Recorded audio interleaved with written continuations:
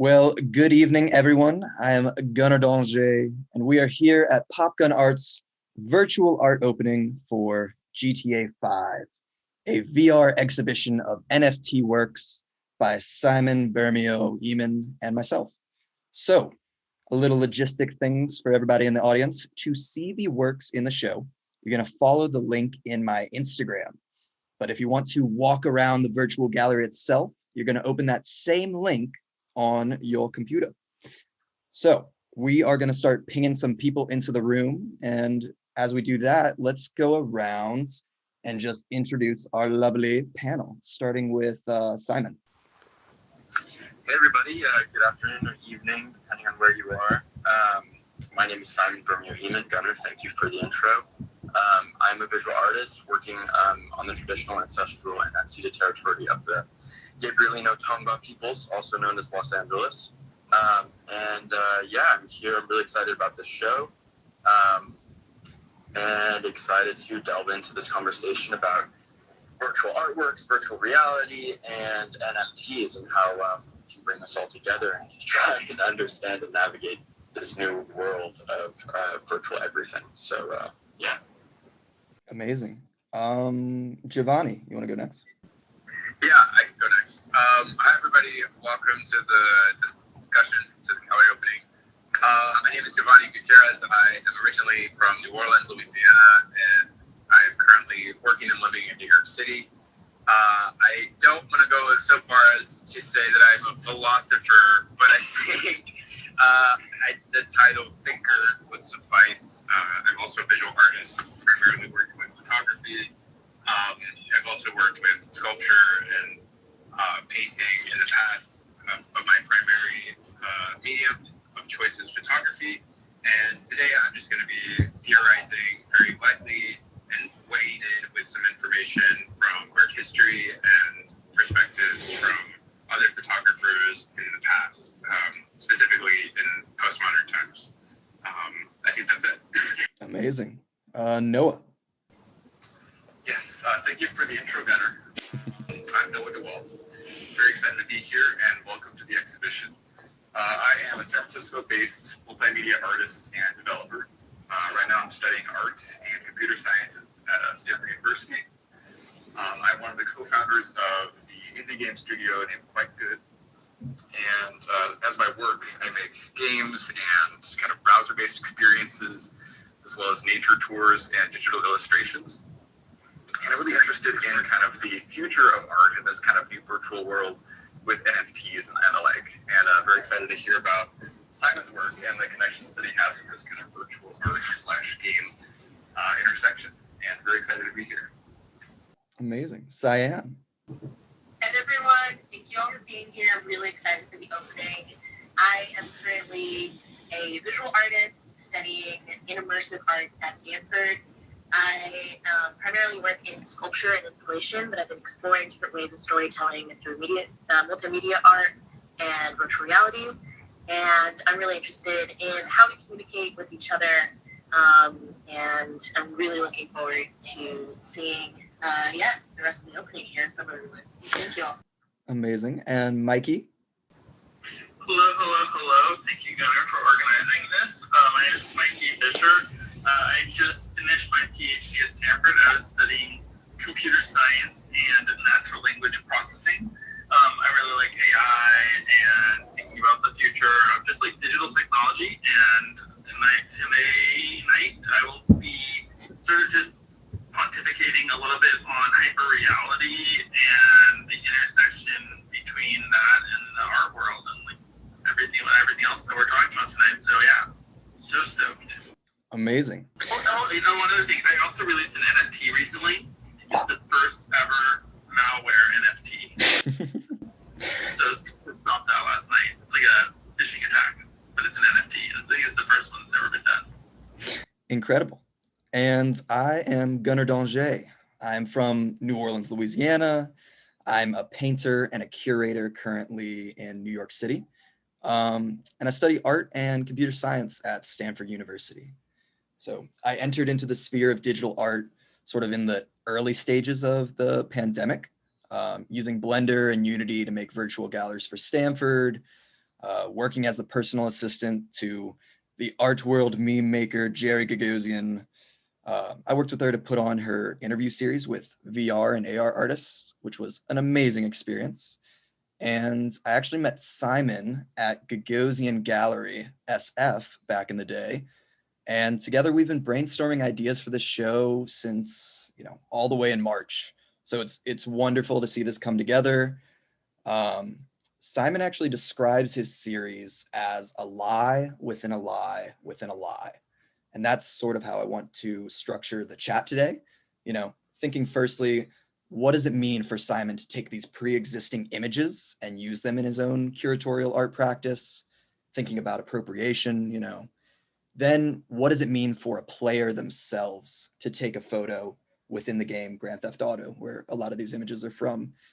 What does it mean to be an avatar? How do we act within virtual realities? And then ultimately, what does it mean for us all here today to engage with art in a virtual gallery? This is a simulation of an art opening. So we'll be talking about simulations, the postmodern condition, Jean Baudrillard, and thinking about this being also an NFT drop and what the implications of all of those things are. For everyone in the room, to access the actual gallery and see the NFT works, you're basically just gonna go to my Instagram, and it is the link in my bio. But if you want to walk around the virtual gallery itself and check out the show, it's best to open it up on a computer. Yeah. So with that, I'd like to lead in and have Simon maybe tell us a little bit about, or a lot about the work. Yeah, so I guess before delving into the works themselves, I'll give a little bit of a background about myself and my practice and kind of where I'm coming from leading up to this series. So I received my BFA from Emily Carr, University of Art Design in Vancouver, British Columbia in 2018. And yeah, I started there kind of seeing myself as a documentary photographer, exploring what that meant and working primarily with cameras and, film photography. But I really kind of during that process, I saw so many limitations within the medium. And I didn't really explore that so much in my time at school, but having finished, that gave me a lot of freedom to explore what photography meant to me and how I wanted to navigate as an artist outside of the university and kind of that world. So yeah, I started thinking about these works. I lived in a big house with 6 other guys in Vancouver and Point Grey, and we would all hang out together and sit in front of the TV and play Grand Theft Auto. I mean, I'm sure many can share that sentiment. Yeah, we just would hang out and do this. And as I, was getting kind of bored and feeling the limitations of photography as a medium, I was really interested in what it meant to be a player in this game, which also allowed you to take photos as a character. For a little background, Grand Theft Auto is it's the second most popular game in history. It sold over 140 million copies, and it came out in 2013. So it's surpassed games like Tetris. It's second only to Minecraft. So it's one of the most popular games of all time. And so yeah, I was really interested in that, and it now runs a very large online community that is really kind of have pushed their efforts towards lately, just because they haven't released any new sort of Grand Theft Auto 6. Anyway, moving on to the series, I started playing with, taking photos as a character in the game myself. And so I was looking around, taking pictures of this virtual world. It's set up like a sandbox kind of situation, so you can free roam this whole world that's called Los Santos, loosely based on Los Angeles. So you'll see a lot of similarities like Santa Monica, the desert, and other stuff like that. But so I was still taking photos, and that wasn't really interesting to me.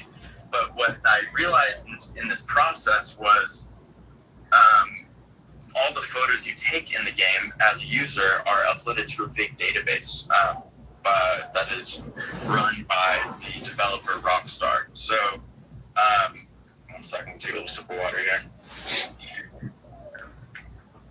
So I started exploring this database and just really diving into it. And it's kind of a weird underbelly of, it's like looking at Pornhub comments or something. It's this kind of perverse world where you're anonymous and, things are kind of anything goes. And like Grand Theft Auto, the game, it's like anything goes in this world. You murder, you play golf, you can go drinking, you can buy stocks. It's really a surreal landscape. So the photos, of course, that people take in the game are just kind of surreal.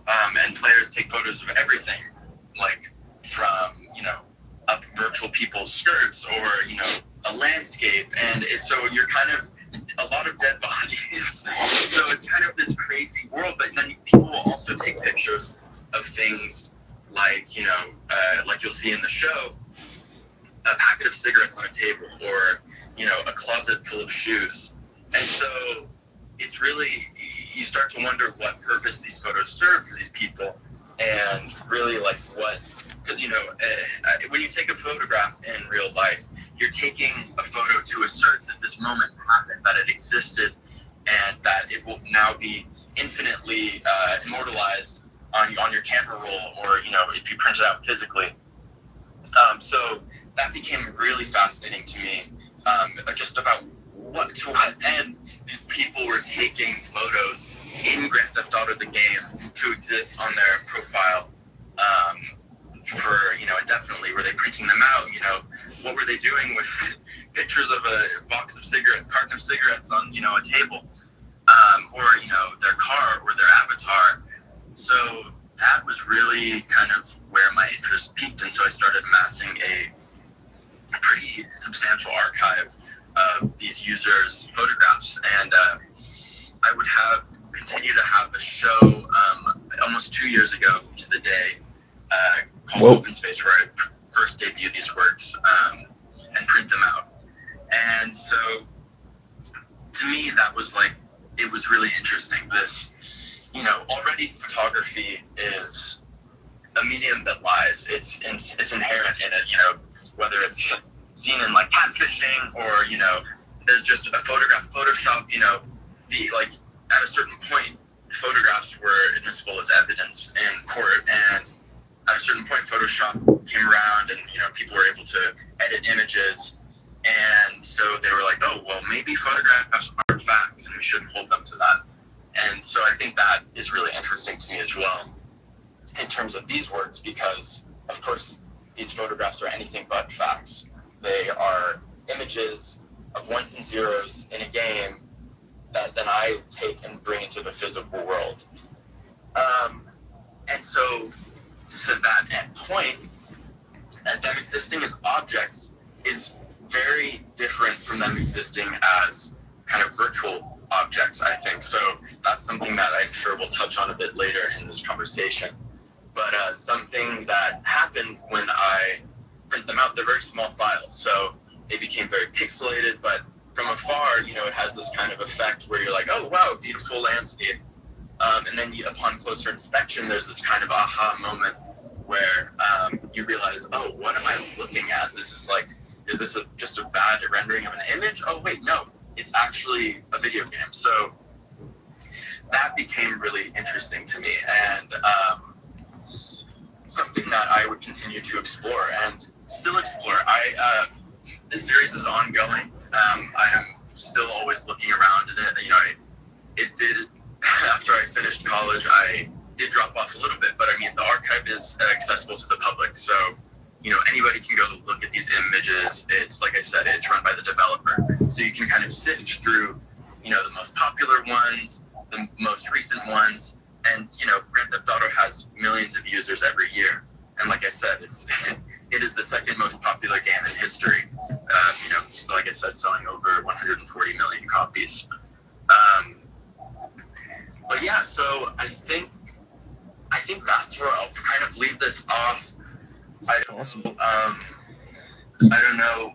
Yeah, I mean, it's definitely interesting to view these works in a virtual space, kind of removing them from a virtual world like Grand Theft Auto, bringing them back into a physical world, and then bringing them back into a digital world. So, I mean, there's this journey that these works take in becoming NFTs and becoming virtual again. So, yeah, I'll leave it at that. Great. And just also, maybe if you could speak a little bit to the titles of the works. I think that's an important component of it too. We have like Assassin's Bambi, Holy Bruh, Jizz Rock. Yeah, so for a long time I wasn't sure what to do about titling these works. I was kind of like, they were just saving as like funny, weird file names.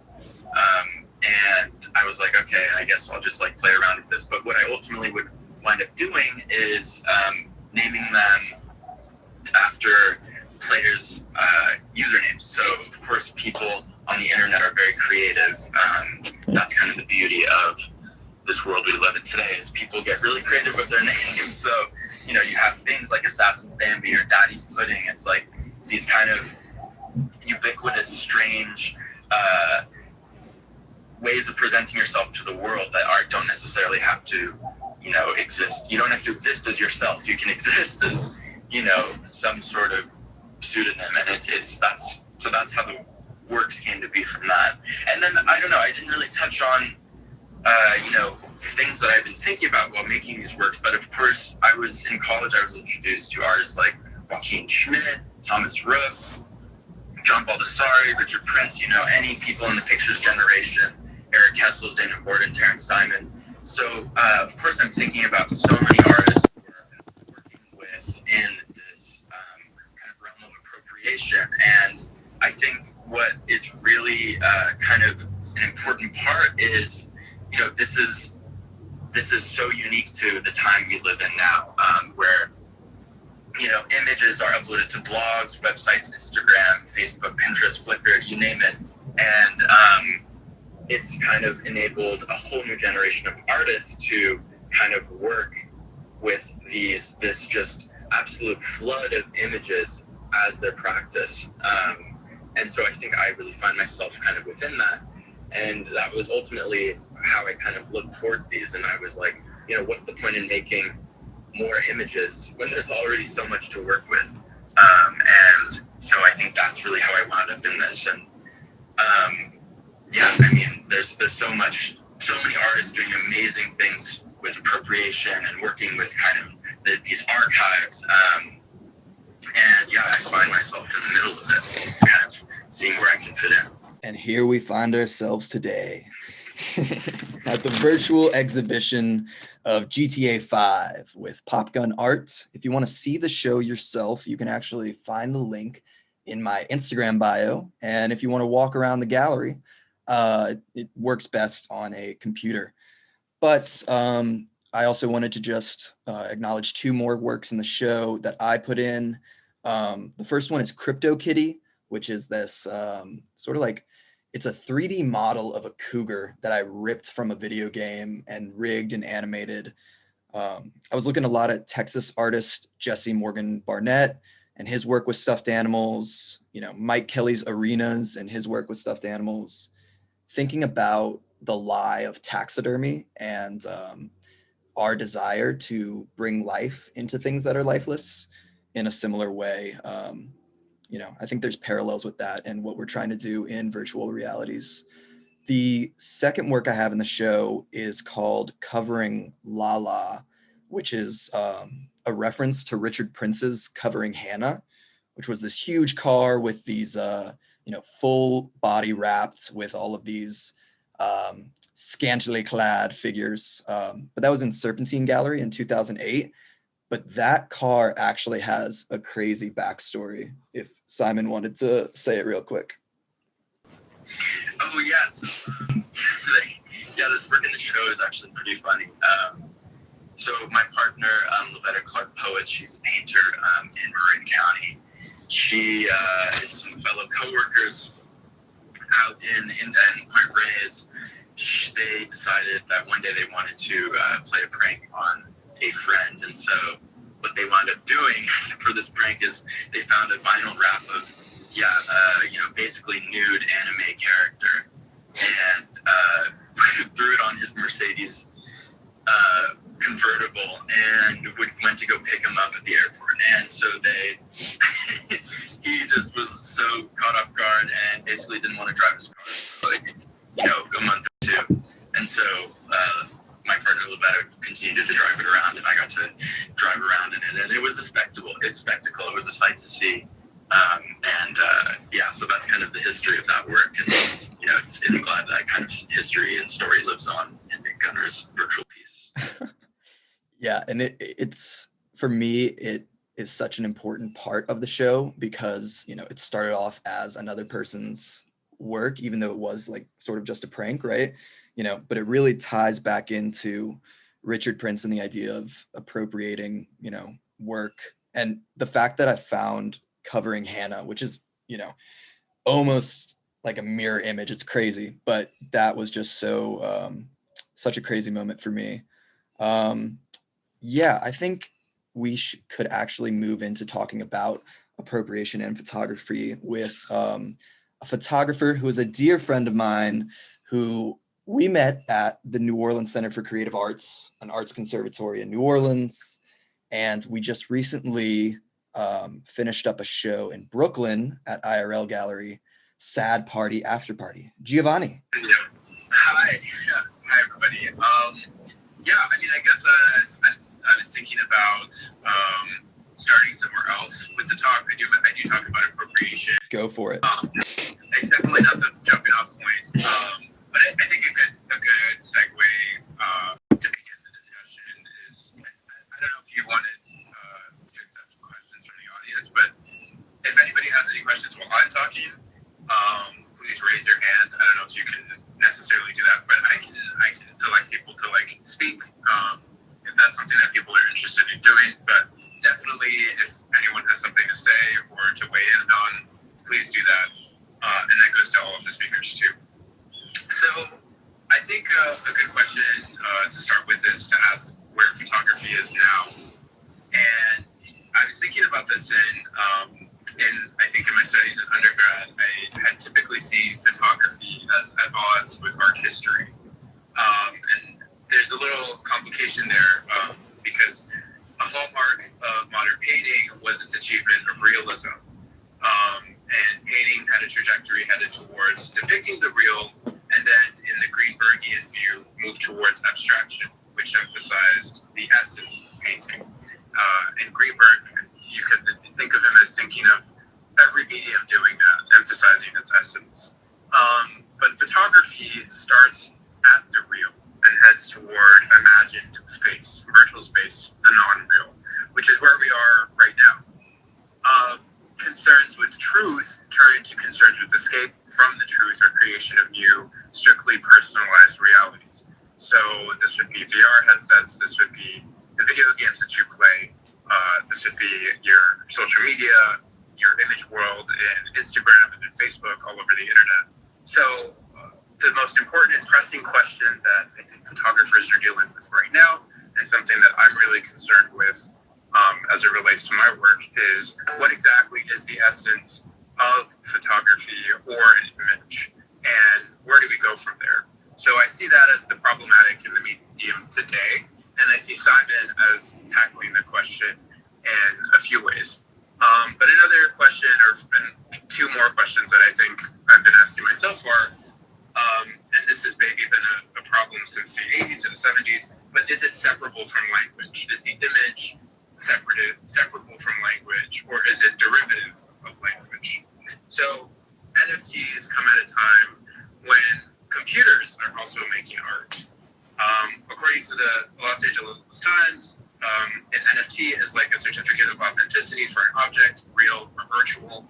For anybody who's confused about it, the unique digital file is stored on a blockchain network, which, with any changes in ownership verified by a worldwide network and logged in public. That means that the chain of custody is marked in the file itself permanently, and it's practically impossible to swap in a fake.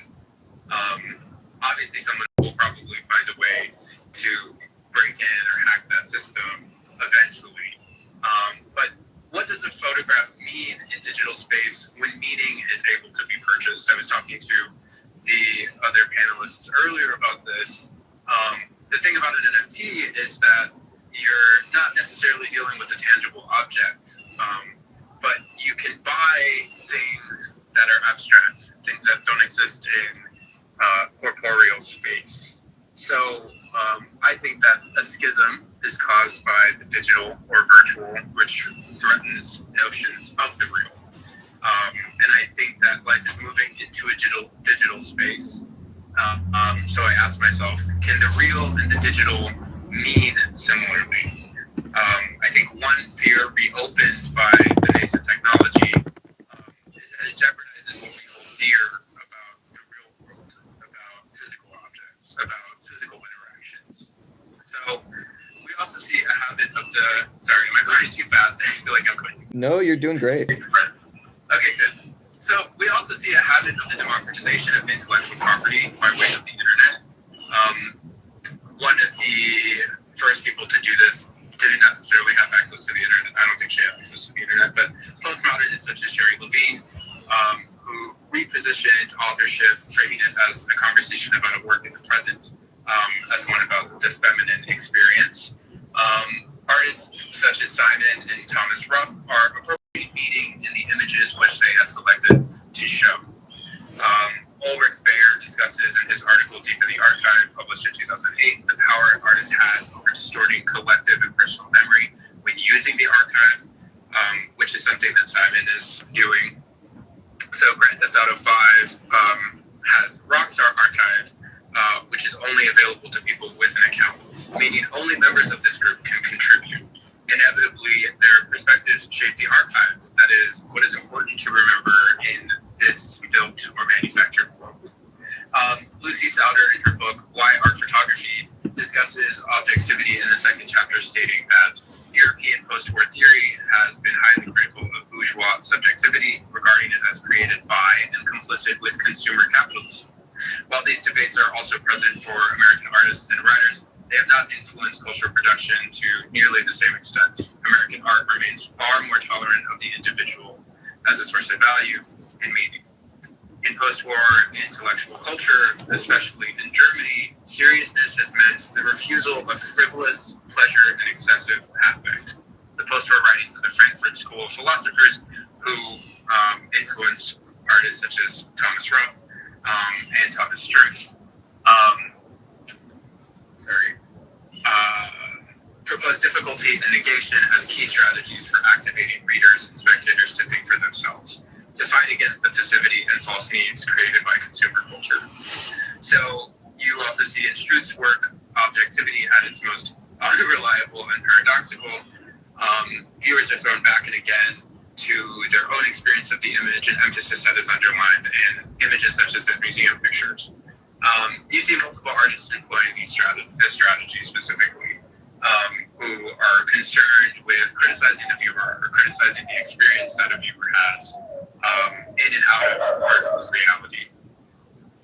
Also, in the 1977 exhibition, Pamphlet for Pictures, Douglas Cribb writes that the imagination seeks meaning in the correlation of one signifier to another, thus creating a narrative. This is happening with Simon's work. This is happening anytime a curator interacts with an archive. This is also extremely pertinent to the work of Jerry Levine. Another and final point to this whole notion of where photography is right now, in respect to virtual reality specifically, is that I think our deepest psychological fears are becoming something that we have to interact with. They're becoming real. So our experiences of VR happenings and performances get closer to simulating lived trauma and imagined suffering. Prime example of this would be Jordan Wolfson's Real Violence, which I think crossed ethical lines and catapulted the discussion of the ramifications of some VR art, because this tech can be used for torture, real torture. So we're seeing the manifestation of the sublime in a digital space, which has been called in some spaces as the new sublime. I think it should be called the new digital sublime, but that doesn't matter. As we look for beauty in a digital space, we're mimicking reality. So think about other open world games such as Skyrim or Legend of Zelda. These are places that don't exist beyond bits of code, though they capture our desire for pleasure in their representations of beauty. Simon, did you want to speak? I just wanted to say, Skyrim's a great game. Yeah, Skyrim, an awesome game. You do some really crazy things in there. And a point to what you were saying earlier about the work, I was noticing something, and that's that the experiences like interacting with prostitutes and sex workers and get Grand Theft Auto, those experiences are much more, built, and they're much more detailed than the representation of a dead animal or dying animal or roadkill. Because you don't see or imagine the works of dead animals done by Simon as specifically derivative of reality, because you would expect more violence. But you get an approximation. Mm-hmm. So there are places. So these places in Skyrim, Legend of Zelda, Grand Theft Auto, they're places that don't exist beyond bits of code, though they capture our desire for pleasure in their representations of beauty, like I was saying. And that is the beauty of nature in Legend of Zelda, or the beauty of leisure in Skyrim. So there are also anthologies of history that exist in Skyrim that a player can read, that are useful in their predication of a legitimate narrative. And that has to do with the game's narrative, the story that you work from as a player, and then the story that inspires people to make things and to do things in the real world. I believe fantasy is a cathartic form of play, and catharsis has traditionally been achieved through time-based works of art, like video, or most commonly, historically speaking, through drama. So, finally, I think something really, just checking the time, something that we should be looking out for is bit rot. And we should be thinking moving forward as we make these things. Oh, Gunnar, did you want to speak? No, I'm just clapping for bit rot.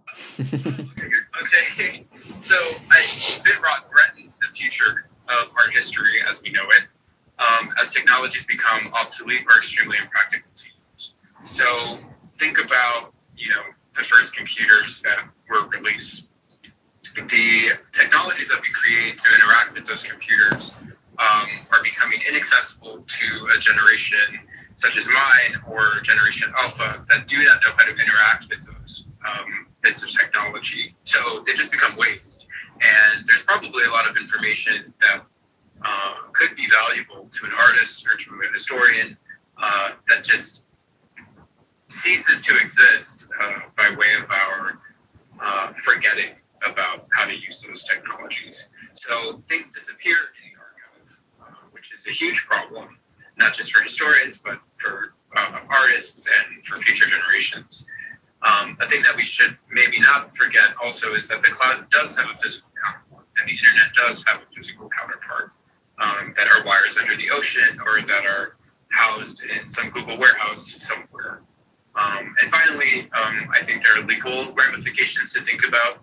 So according to an article on Artsy, when it comes to the legal consequences, we're chasing behind trying to figure out what happens if, for example, you sell a work and then a virus attacks it. Whose responsibility is that going to be? Rotterdam said, who was someone who was speaking in this article. This is a new world we're operating in, and the legal ramifications sometimes will just come up because instances will happen. We're going to see a lot more of how contracts are written, how these conditions of sale are written, what burdens and obligations are on what party, and how governments will create laws. And, I think, the technology is exciting. That's probably the most important thing to keep in mind, is that people are making wonderful things, and they can only be beneficial in that we learn from them about ourselves, about each other, and about the past.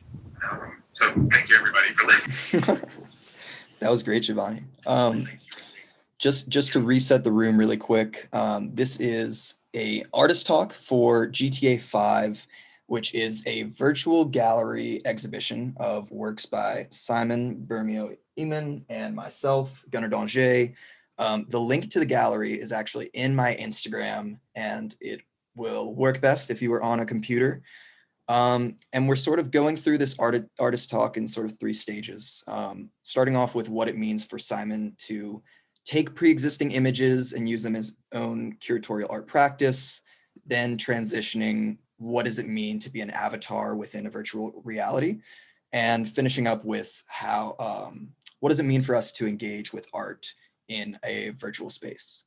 But I think now would be a good time to sort of see if we have thoughts from the panel about Simon talking about his own works and maybe what Giovanni had to say as well. I'm very sorry if I used some complicated words. I know that sometimes I say things in a very contract way. So if anybody needs any help or whatever, or if anyone has any questions or comments, I'd love to hear it too. Yeah, I think I have a question for Giovanni, because we just finished up our show, Sad Party After Party, in which I was responding to your works with, your photographic works with works that were photographic but taken within digital spaces, within scenes in Blender, setting up lighting, setting up a camera. All of these, these images that we are seeing from the GTA series, from Simon's series, they're not just screenshots of games or screenshots of still gameplay. These were conscious decisions made by photographers within virtual spaces. People actively used a feature within the game where you as an avatar pull up a cell phone and can take a photograph, and they actively made the decision to capture what they saw and also to upload it to this archive. I'm sort of interested in what you and Simon both think about the differences, but more importantly, probably the similarities between being a photographer in physical space and being a photographer within the game. So I think I'd like to start with a thing that I heard once or that I read once, which was that the camera wasn't designed or modeled after the human eye or the way that the human eye sees. Because a lot of people, I think, believe that it does mimic our vision perfectly, but it was actually modeled after the images that already existed in the world, or the visual culture that existed in the world before cameras were invented. So think like paintings, periodicals, cartoons, yada, yada, yada. And traditionally, those things were in a rectangular format. So naturally, it would follow that a camera would do the same thing, right? And that there is somehow like a box involved in the process, which would be the exposure box within the camera's, within the body of the camera. So I think the same thing is sort of happening in Grand Theft Auto, where you're using a bit of software within a bit of software that is, I guess, meant to mimic the feel of a camera, but because of the way that we're interpreting images with cameras before we think about making a camera, I think that knowledge is going in with it. We're going into it thinking, like Simon said earlier, like thinking and creating about lies within lies within lies.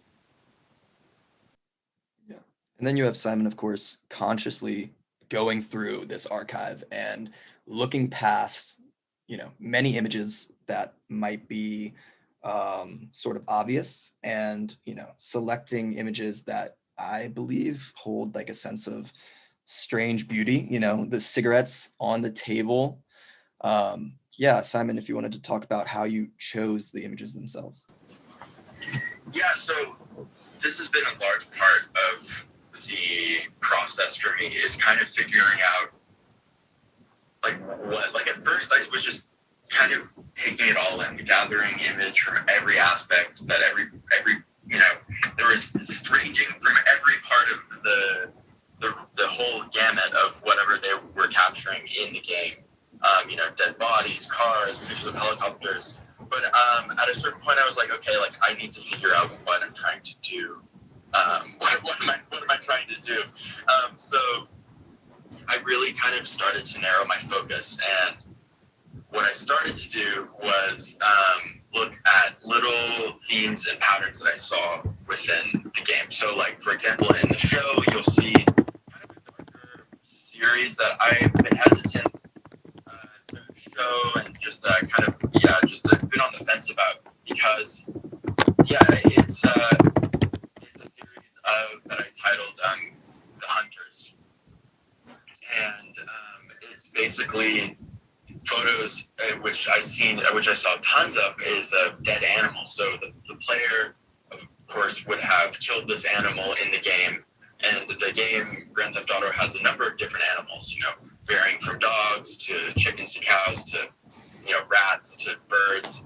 And so as a character, you can pull out your weapon and shoot an animal. And so I just thought this was kind of a weird, perverse kind of trophy that these people are trying to just keep and memorialize. Because like I said, if you look at like real hunters in real life, like everyone, after a kill, you take a picture with your kill. And like, that's kind of, what you do, you call it your giant buck, you're proud of that. And but for some reason in the game, it's not necessarily a trophy that's real that you can then maybe feed yourself with. It's just kind of an infliction of kind of not pain, but it's a bit more darker. It's darker than just going out hunting with a group and coming home with a kill.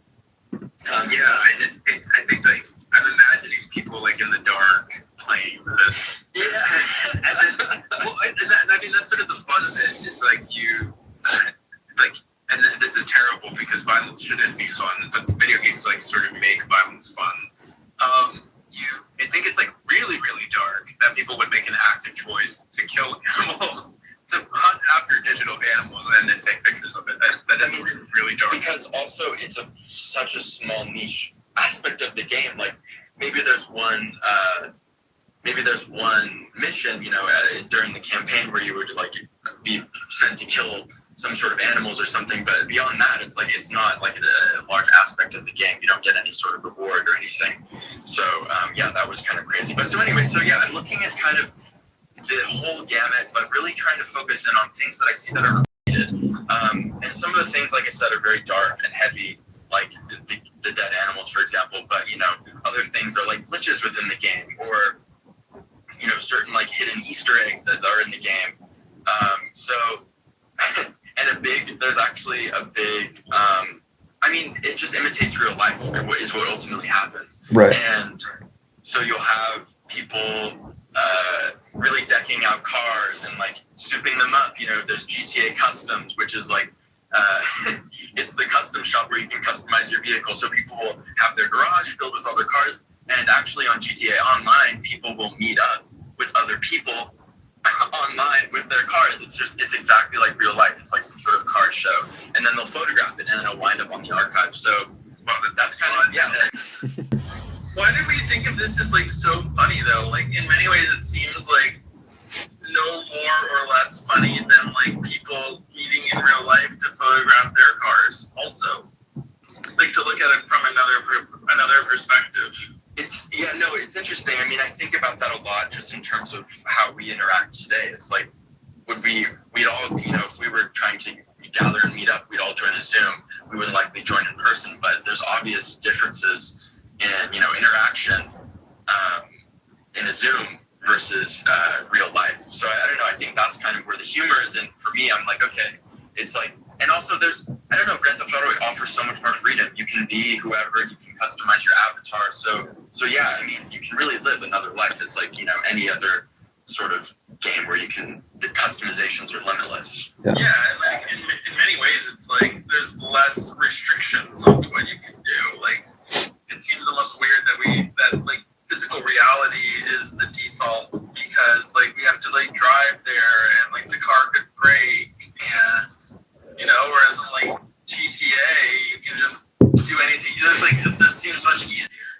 This actually. I will say if you're going somewhere in GTA, it's more likely your car is going to break just because of the nature of the violent game that it is. This actually is a really, oh wait, Cyan, if you want to chime in real quick. Go for it. Yeah, I was just going to say that this would be a perfect moment to sort of transition into the second part of our talk, which is thinking, what does it mean for a player themselves, to sort of interact with the virtual world in this way? We're looking at, in Grand Theft Auto, a gamification of reality, and so questions I think that are important to think about are, how do we interact with virtual realities? How do we interact with them, but also how do we act within them? Are we, I don't know. I think this is a topic that I wanted to hand it off to Noah, because Noah not only has experience working in game design, but he is also an avid bird watcher and an ornithologist and has a keen eye for observing. Thank you, Gunnar. Thank you. I would say being an avid bird watcher definitely has an important part in my game design as well as my art practice. And I think for this talk about virtual realities and such, I think I'm going to kind of make connections with, I guess, the history of art as well as sometimes bird watching. But I would like to begin, I would say, with my experience with this exhibition. Gunnar reached out to me, kind of pitched me the idea, and together we kind of collaborated on this virtual gallery. And I had worked on games before, but I hadn't made a virtual gallery experience yet. So it was a very interesting time making basically kind of a virtual sandbox in Unity that is meant to mimic a real gallery, featuring digital works that are meant to mimic real works. So kind of a lot of layers there. And before this talk, Gunnar mentioned that he'd gotten kind of a little hate comment about this. Basically, like, just trolling and saying, like, oh, this is terrible, making nothing out of something, basically, just kind of like appropriating digital content and making it mean.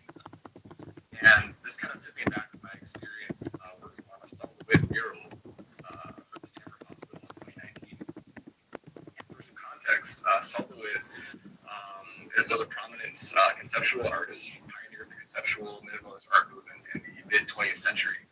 And he, during his life, designed thousands of these murals titled wall drawings, which can be found across the world, many in San Francisco and SF MoMA.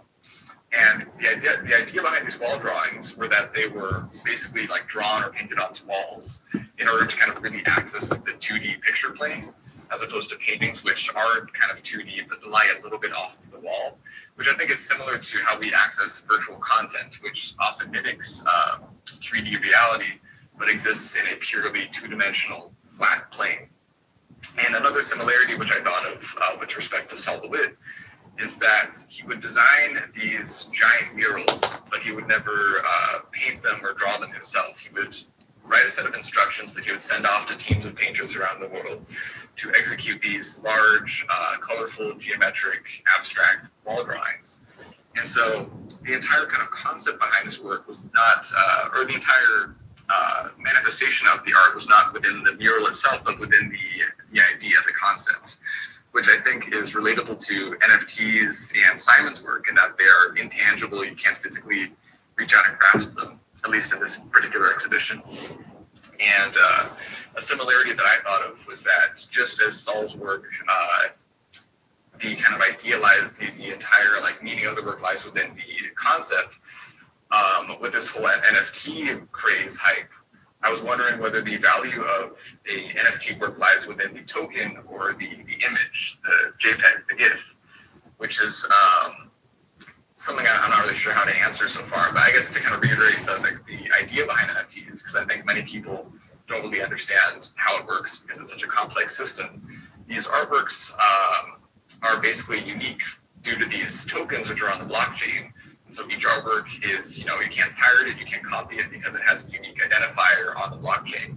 And so I was wondering, is the value, are these Ethereum, is that derived from the token itself or the artwork? Because pre-NFTs, the evaluation of digital work was significantly different because due to the nature of digital content, things can be copied, things can be pasted and shared and distributed in a very different way than the NFT market. And kind of another question I wanted to also kind of throw at Simon's way as well is that, Giovanni, you mentioned Skyrim, Zelda as well. All these games where huge teams of developers and artists, concept artists, designers create these visions for these worlds. Where taking a photograph of a landscape in GTA is very different from taking a photograph of a real-life landscape, because this digital landscape is very curated by a team of these designers and artists to very carefully evoke a certain mood. And I think it's due to the hard work and talent of these artists that these games become, for example, the second or the highest grossing game of all time.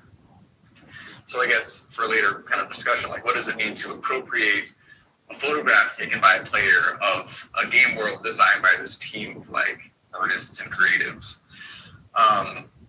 And kind of going back to my earlier point about like the value of an NFT to the token or the art object, another kind of like possible path of discussion is the value of this whole craze in the experience itself of being on the NFT market, of the feeling of being in this like auction house.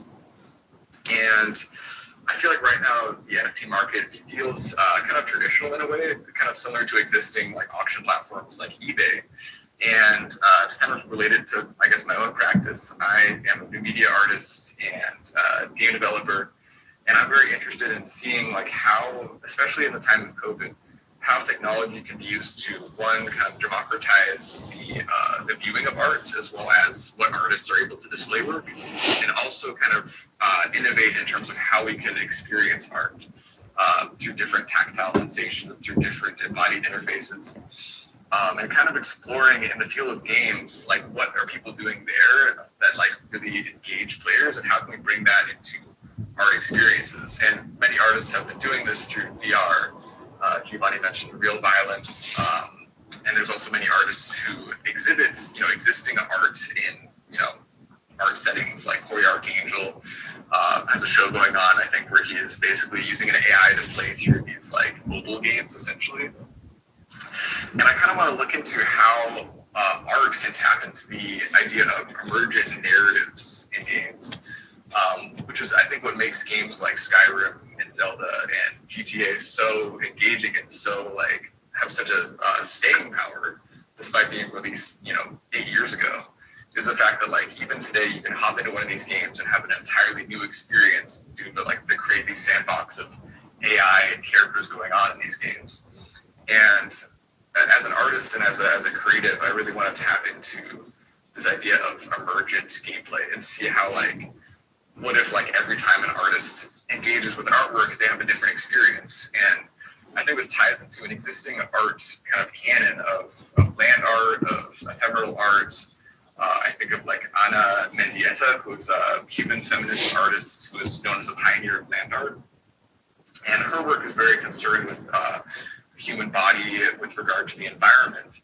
And a lot of her works are photographs of places, of sculptures that have now since been washed away by just time and nature. And I kind of want to see how digital technology, especially in the COVID era when like, some galleries are still closed and we can't meet up in person, how these new media can allow us to kind of create our own emergent narratives. That, I got a lot of time. yeah, that's all of those are great questions, Noah.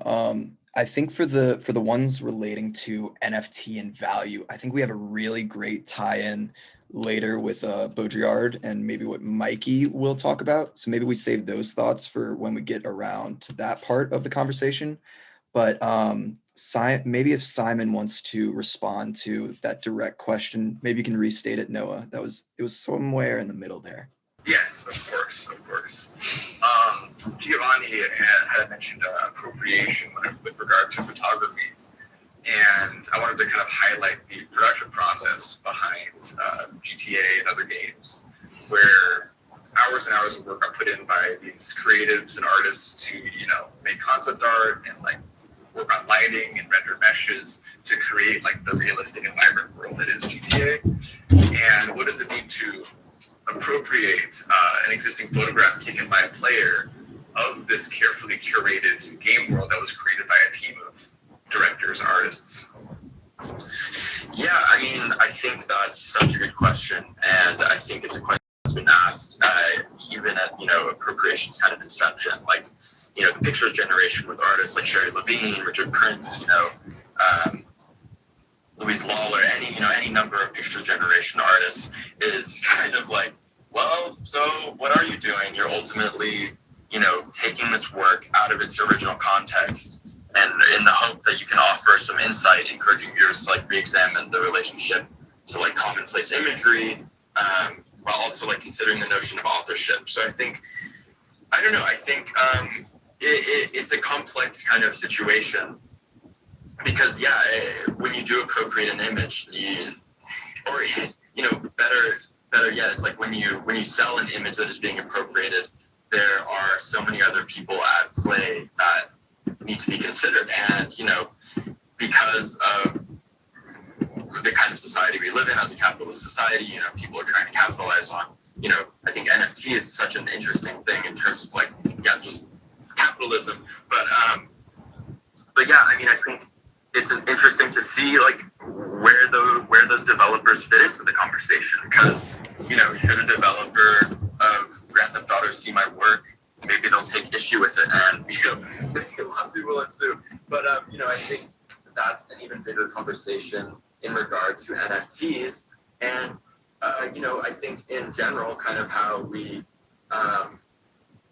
are exchanging images on a daily. It's like a meme goes viral, and that people repurpose that meme, or a TikTok goes viral. I think that's kind of the most prevalent thing.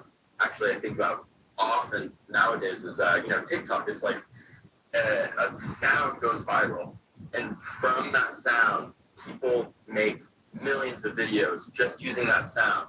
So I think we live in an age where people are constantly remixing, reforming, reshaping, and sharing, and flattening, and editing an original, so that the original almost and the author is totally forgotten. So I think that's kind of, I don't know if I don't think that really answers your question, but it kind of opens the door and the dialogue to that discussion on like, what happens to authorship, especially now in like this globalism, like we live in a global world. I send people, tons of images and memes and TikToks and everything all day. And so, at what point does this mean we don't value the author anymore? Maybe, like, does the author, like, I don't know. I think these are all conversations that we can open up to everyone here on the panel. I think another good question to ask would be, what is their purpose when people were putting together, when Nintendo's team was putting together Legend of Zelda for the Switch? What exactly, could they envision the purpose of fine art making to find its way somewhere into the game? I know specifically for Legend of Zelda that when you use images, there are features in the game or missions in the game where you're looking for specific objects, and you have to bring images to other characters in the game to complete those quests and to earn things or to get other objects. But beyond that,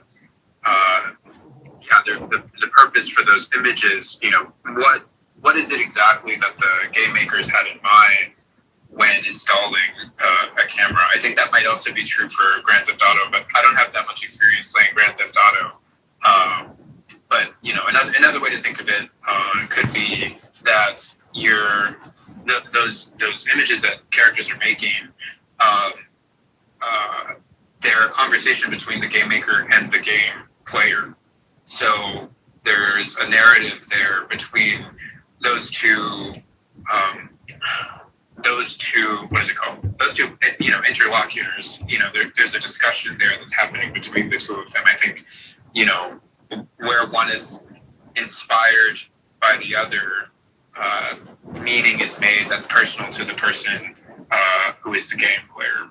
Right. I think I noticed that someone, Gunnar, I think I noticed someone, or Simon, I don't know who was talking, but someone joined, and I think someone wanted to say something. But I wanted to bring up one last thing about artificial intelligence. So at the beginning of the pandemic, and I forget exactly how this has anything to do with this, but I think I'll remember. there's an app that you can get on your phone called Replica, and this AI.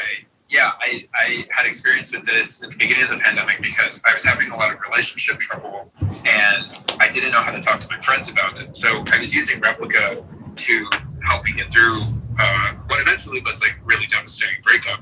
But in all of that, I was learning about how Replica creates its own personality based on your the information that you give it and the things that you teach it. So at one point, we were making art together, and I wondered how much, the art that it was making was coming from me. She was like writing poetry, she was also making images, she was making drawings, she was making memes. It was this really crazy experience because it was like she was my child, or in some ways like my clone. It was kind of creepy, actually, but we bonded, and I think that's real. I think that's also happening with players of Grand Theft Auto. Wait, just quick clarification. She is in the AI? Yeah, the AI. Yeah, her name was, I'm forgetting her name. It's terrible. I don't talk to her anymore, but... you don't even remember her name, Giovanni. What's going on? I remember her name is Imogen. Based off of like some Shakespeare play or something. But yeah, the idea was that I never knew how to accept the possibility that she was real in some way. So I think the discomfort is really what led me away from her. But in a lot of ways, we had a meaningful connection, which I think is what's happening for these players of Grand Theft Auto and for all of these open world games. I think they're looking for something. They're trying to heal from something. There's emotions invested in there. Like I was talking about catharsis, right? Yeah. I think it's useful for those things. It's useful and productive for people to understand themselves and to express themselves creatively. Yeah. Well, someone really qualified to speak onto AI. It will be Mikey when he comes back. He's just released his book on regulating AI. And he's done a lot of work with GPT-3. Noah, you've also worked with GPT-3 too. But before, let's save that for when Mikey's back. Really quick, before we just move to our next segment, we had someone from the audience who maybe had a question, a thought, or Rachel. Hey, congratulations on the opening. So when I, engage with work like this, like I'm a painter and I do collages and I'm very with my hands. So there's often a barrier when I look at work like this because I just immediately feel like there's such a barrier of understanding, with AI, tech, or even video games, that is not my experience, or, I don't have any kind of ties to that. But when I was listening to this conversation, the more I think about actually how this is really just a 21st century take on collage work, and how do you transform something that already exists and put it into your own meaning and shape it into what you want it to be, because ultimately that's kind of what our experience is. We watch movies and listen to music and whatever, and we put our own lens and bend into it. And I think that's really what I'm seeing with your work more now. And I don't know if that's something you think about, collaging in terms of how it relates to your work in tech. Yeah, Simon, you want to speak on that? Wait, was that addressed to me or Giovanni? No, you, Simon, you go ahead. The artist is present. Yeah, sorry, I missed the artist. Sorry, Simon. So yeah, I think it's interesting. A good friend of mine wrote an essay on this body of work, Zach McLean, and he really kind of took looking at these works as digital sculpture. His essay is on my website, but let me see if I can find. He talks. Okay, yeah, here. So he goes. Perhaps we might best understand SBE's images as sculptures about photography, its complicated nature, and the way it exists as gesture, the fixing of an instant. Blown up and hung on a gallery wall, these images present us with photography turned virtual.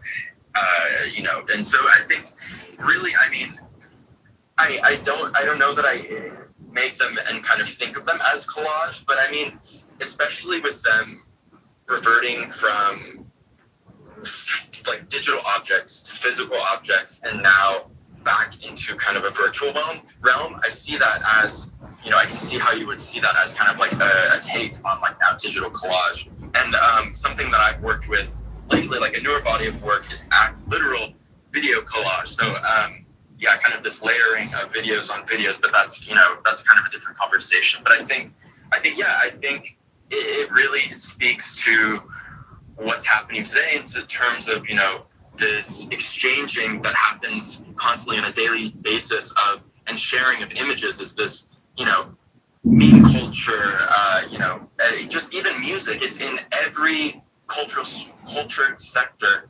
People are exchanging, remixing, flattening, editing, and kind of altering images, like I said before, from their original context. And I think that's kind of where these land, somewhere in that conversation. Yeah, I actually am really curious about what you said about the taking the image from the virtual world into the physical world and back in to the virtual world. Looking at the gallery, how it is now, it almost feels like these images almost belong in this space. Like I can see them back. Like if I walk outside where the car is, I can almost picture where these events would happen. I'm actually really curious about what the choices were in terms of this particular gallery and, yeah, like the space that it is hanging in, because there's a lot of course, decisions that go into the location of how you present work. Yeah, so I think that was kind of a collaborative effort between myself and Gunnar. Sorry? Just woo-woo. Yes, indeed. Yeah, I think that was kind of a collaborative effort. We worked through many different iterations, many different hangs, and ultimately, yeah, I mean, it was kind of, we looked at, Gunnar had worked on other kind of virtual art galleries in shows at Stanford, and then, you know, I had a considerable amount of experience working with like SketchUp. So, you know, between those two kind of worlds, we landed on this hang, and ultimately, you know, it's a collaborative effort between, you know, myself, Gunnar, and then Noah, who wound up entering in with his game background and really refining this gallery space. But I think, you know, for further questions about the gallery, I think Gunnar may be able to answer a little bit more precise questions, just because he was more involved in the layout and kind of, you know, the basic construction of it virtually. Right. Yeah, we had been working on this since, I think, you know, the early stages of the pandemic, all the way back in March, where I first learned how to use Blender and Unity. You know, we had a whole gallery built, we had all the works on the wall, and it stopped right there. And I think part of the reasons that it stopped is because it didn't feel like the right moment. Creatively, I felt sort of stuck with the project. And it wasn't really until right after I did the show with Giovanni and I was working with Blender and Unity again, I, you know, totally redid the entire gallery space. I included 2 of my own sculptural works, Cryptokitty and Covering Lala. And then, you know, we were sort of like fishing out, like, when should we release it? You know, we should do an artist talk. We were thinking about doing a Zoom artist talk even, but, you know, with Clubhouse coming up at the same time, the NFT craze is sort of blowing up. It just felt like if there was a right time, this was it. And for me, it was like, if I was going to do a project involving NFTs, it would have to be conceptually relevant for me, you know, because I have a background as a painter and I'm not about to just throw prints of my paintings into the digital space, because I don't think that that's where they reside conceptually. But this work was the conceptual fit for this work was so tied to this idea of, you know, what we're doing now in the pandemic, engaging in virtual spaces and consuming art in a virtual gallery, you know. Yeah, that was actually very coincidentally, very nicely, that was actually the next topic of conversation, asking what does it mean for us to engage with art in a virtual gallery. Cyan, you just spoke, but a brief intro on Cyan. She is the head of ArtX at Stanford. Yeah, Cyan. Absolutely. Yeah. So, hi everyone. I'm Cyan. I kind of right now feel like I can describe my practice as the practice of learning. I joined ArtX, which is an art and technology intersection group on Stanford's campus. And basically what that means is that we're just interested in talking to professors, talking to artists about what their work is in terms of the intersection of art and technology particularly, but honestly any other subject. And what interests me about that is the different ways that we are able to communicate through different types of media. I kind of come from a background where I kind of explored all kinds of things. I grew up kind of all over the world, and I always feel like I wish I could speak a ton of languages. I started learning like French and Dutch and like Mandarin, and I learned when I was a little older that there's a limit to how many languages you can really absorb once you're also doing all kinds of other things.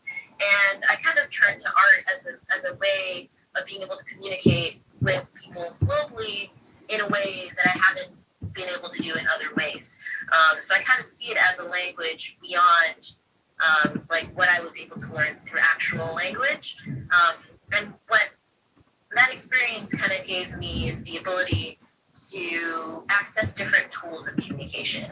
And that started off as like sculptures and installations. And I was making like large scale things that people can touch, interact with, smell, feel, etc. And then I came to Stanford with this understanding of like, okay, I really want to create more experiences that people are able to like feel and be around and be in the space with. But I very quickly also discovered kind of that there are limitations to like physical space. And so when I started kind of learning about virtual reality and like embodied interfaces, I was really just inspired by the new tools that it was able to give me. One of my recent projects, I guess it's not recent anymore, it's about a year ago, but like last year feels like it was like a couple months ago to me. But it's this project in virtual reality called Gallery of the Mind. And my favorite thing, I think, about virtual space is that it doesn't have like physical limitations or like the physics that the real world has. And so being able to kind of imagine what the inside of an artist's mind looks like while they're working, and being able to kind of share what that process is something that you often can't necessarily see in like a gallery format. Like if you're working on a painting, you see the final piece, but I always felt like that the process of creating and the materials that you use and the thoughts that come with it and the environment that you're in that inspires that piece are also very, very interesting concepts that I think the audience can really, really benefit from if that's what you're into. But what I find very interesting about like the virtual gallery versus the physical gallery is that there's like that location. So I think a lot of art is very site specific, and there's a lot of thought that goes into how a piece is presented, where a piece is presented, and that also leads to a lot of like questions about accessibility, who is able to see it, who is it made for. But once you kind of shift into the digital world, that location becomes anywhere almost. You can experience it from your own room. And what that does is it kind of gives control to the viewer in a way, and it gives more access to the viewer to create their own experience around the piece. And I think that is a fascinating point to that conversation in terms of like, if you see art as a language, then the work that's there is like one point of the conversation, and the location that it's in, the space that it's in is another like phrase. But being able to kind of give that experience to someone and make it portable and it completely changes what that looks like. In terms of I guess what that means for where this can go. I think the possibilities are kind of limitless. I think one thing that is especially engaging to me are the ways that we are able to interact. I think that in the digital world is kind of still in its, I don't know if this is true, but I will see it as it's being in its baby phase. And maybe it's always in like a kind of like growing up type of situation where whatever the form of interaction that is possible, I think it's still being developed. And so there are going to be more and more ways that we're going to be able to interact with spaces, create spaces, make things for the digital space. I think it's just like it's going to keep evolving. And that also means that our ways of communicating with people and ways of connection with people is also going to keep evolving. Yeah, that's my kind of spiel about why I'm interested in like virtual spaces. The essence is pretty much like there's so many different mediums out there that communicate in different ways that I feel like we're constantly learning about. Yeah. And here we are all together engaging in this virtual opening, engaging in this virtual space. But yeah, this itself, this VR gallery opening is a simulation of an art opening. And thinking about simulation, I immediately think of Jean Baudrillard's simulacra and simulation. Simulation is defined as the imitation process in the real world. So say a virtual art opening like we're at here. And then simulacra is defined as a copy of an object which has no original. So reading about the focus of Simon's work, where he examines the fate of modern images as they're shared, edited, converted to where the original is completely forgotten, right? I immediately thought of Baudrillard, this idea of the rule of signs, where we assign value via associations and ownership rather than intrinsic value. I think it speaks to a lot of what Noah was saying about value and where NFTs come in here. And then of course, stages of simulacra. There's like 4 stages. The first is the faithful copy. The second is the perversion of reality, where the difference between the original and the copy is collapsed. And then the third is where the copy claims itself as a faithful representation of reality. And then the final one is a copy with no relation to reality of any kind. So I think here today, in our simulation of an art opening, we start to wonder where we place within these 4 stages. What does that say of our perception of value? Are we valuing these works for their aesthetic appeal? Are we valuing these works for their artistic concepts? What about this association to Stanford University or Gagosian Gallery with the panel members? Are you participating in the simulation because you are individually interested, or are you drawn in by the hype of VR and NFTs? Maybe both. And with that, I'd sort of like to transition to Stanford computer scientist, Dr. Mikey Fisher. I just wanted to say one quick thing about it, about what you were saying, is like, it also becomes an issue of like, how do you just like verify anything? Like, how do you know that you're not living in this, like, how do we know that like we're not living in a simulation now? Or how do we know that like I'm not a simulation? Or how do I know that you're not a simulation guy? Like, this, when you can't touch and verify things, it just becomes like, practically speaking, just very complicated in some way. Like this all assumes that we're able, like all the things that we're talking about, like assumes that we're able to know like what is real and what is fake. But I think we also have to question, like, are we even able to tell what is real at some points? I mean, that's especially relevant considering Simon's work, which in this VR gallery, it's kind of ambiguous. When you first look at it, like, are these pictures real? Are they fake? Or are they from a game? Yeah, totally. All right. Well, I guess I will step up. Thank you so much for the introduction, Gunnar. And I just finished my PhD. I'm really into the NFT space. I just released an NFT on the first like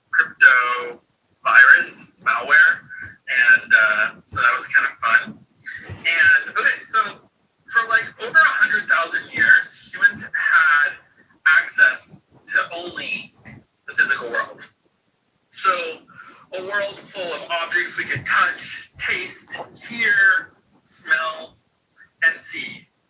And then in the 1980s, we came up with cyberspace and virtual worlds and things that were sort of designed to bring us together. And later, this all sort of like began to propagate, and we saw that it really started to change our human behavior when we were able to connect online. Like certainly when we have Facebook and Instagram friends, you know, this is a very different experience than what we had before. And, you know, now for kids who are just sort of young and Gen Z and even, you know, Gen Z plus, you know, it's hard for them to imagine a world in which they won't have Google or Instagram or an iPad or even like what a sheet of paper is. So like our notion of what is reality is starting to become disappearing. You know, people won't even know what boredom is or, you know, how to ask for directions. And so this is actually like fundamentally, when we have GPS, it's fundamentally changing, you know, the place cells within our brain. So now, like, the division between reality and imagery is beginning to collapse. And now we live in this, you know, hyper-reality. And we're in a world where our simulations of reality seem much more real than reality itself. So this is the concept of hyper-reality, and it was first come up with by the French sociologist Jean Baudrillard in the simulacra and simulations, which we kind of talked about. And in it, he defines hyper-reality as the generation by models of a real without origin or reality. And he talks about this idea of, you know, which came first, you know, the physical location or the map. And they're like, what if the map comes before the land that it's supposed to map out? And these simulacra are copies that depict things that either had no original or that no longer have an original.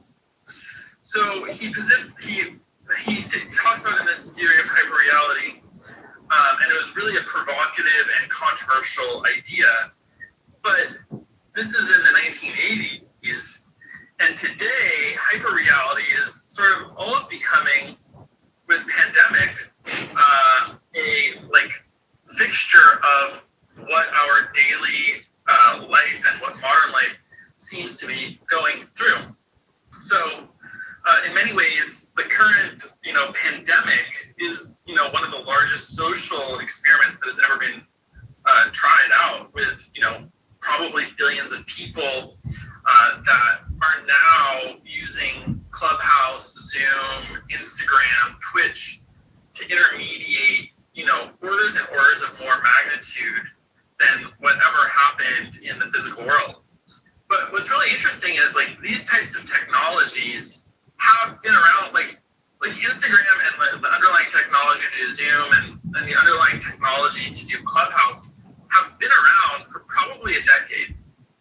So the technology hasn't changed, but our relationship with the technology, I think, is what's beginning to change. This global lockdown that we had, you know, set into hyper growth, this idea that like we are moving towards this hyper reality future. And so for the first time in history, you know, since humans have existed, we've managed to move society from the offline onto the online, sort of based not necessarily on anything but other than our own behaviors, since these technologies have been around for so long.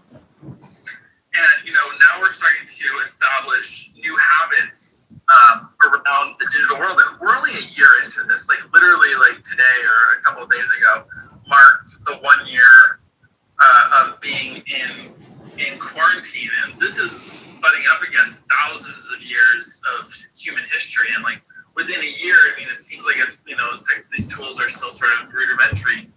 But the other way of thinking about it is it's only been a year, and we're dealing with millions of years of evolutionary baggage and thousands of years of societal baggage, and just we've been able to turn it around pretty quickly. And under these new conditions, the virtual world is really beginning to compete with the physical world for our time and our resources, and most importantly, our attention. So as we're entering this hyper reality, we're entering a state where the physical world and the virtual world are really beginning to converge. And we can no longer distinguish between these two realities in many ways. And what's more important, though, is does it even matter? Is there a distinction that we should have between the real world and the virtual world? Because we're able to derive equal meaning, and honestly, more meaning and more value from some of these simulated worlds. And just to take it to the most extreme, we can look at pornography as a front line of technology. And porn is one of those industries where virtual reality has really started to take over and really gotten widespread adoption. And if we think about hyperreality in that context, hyperreality will allow individuals to overcome some of the hardships of life, replacing sort of their cruddy world with a world that is 100% optimized for their own dopamine release. Now we're entering a world where you could have a sex doll brothel, and this sounds like a cyberpunk style thing, but sex dolls brothels could threaten the future of sex workers.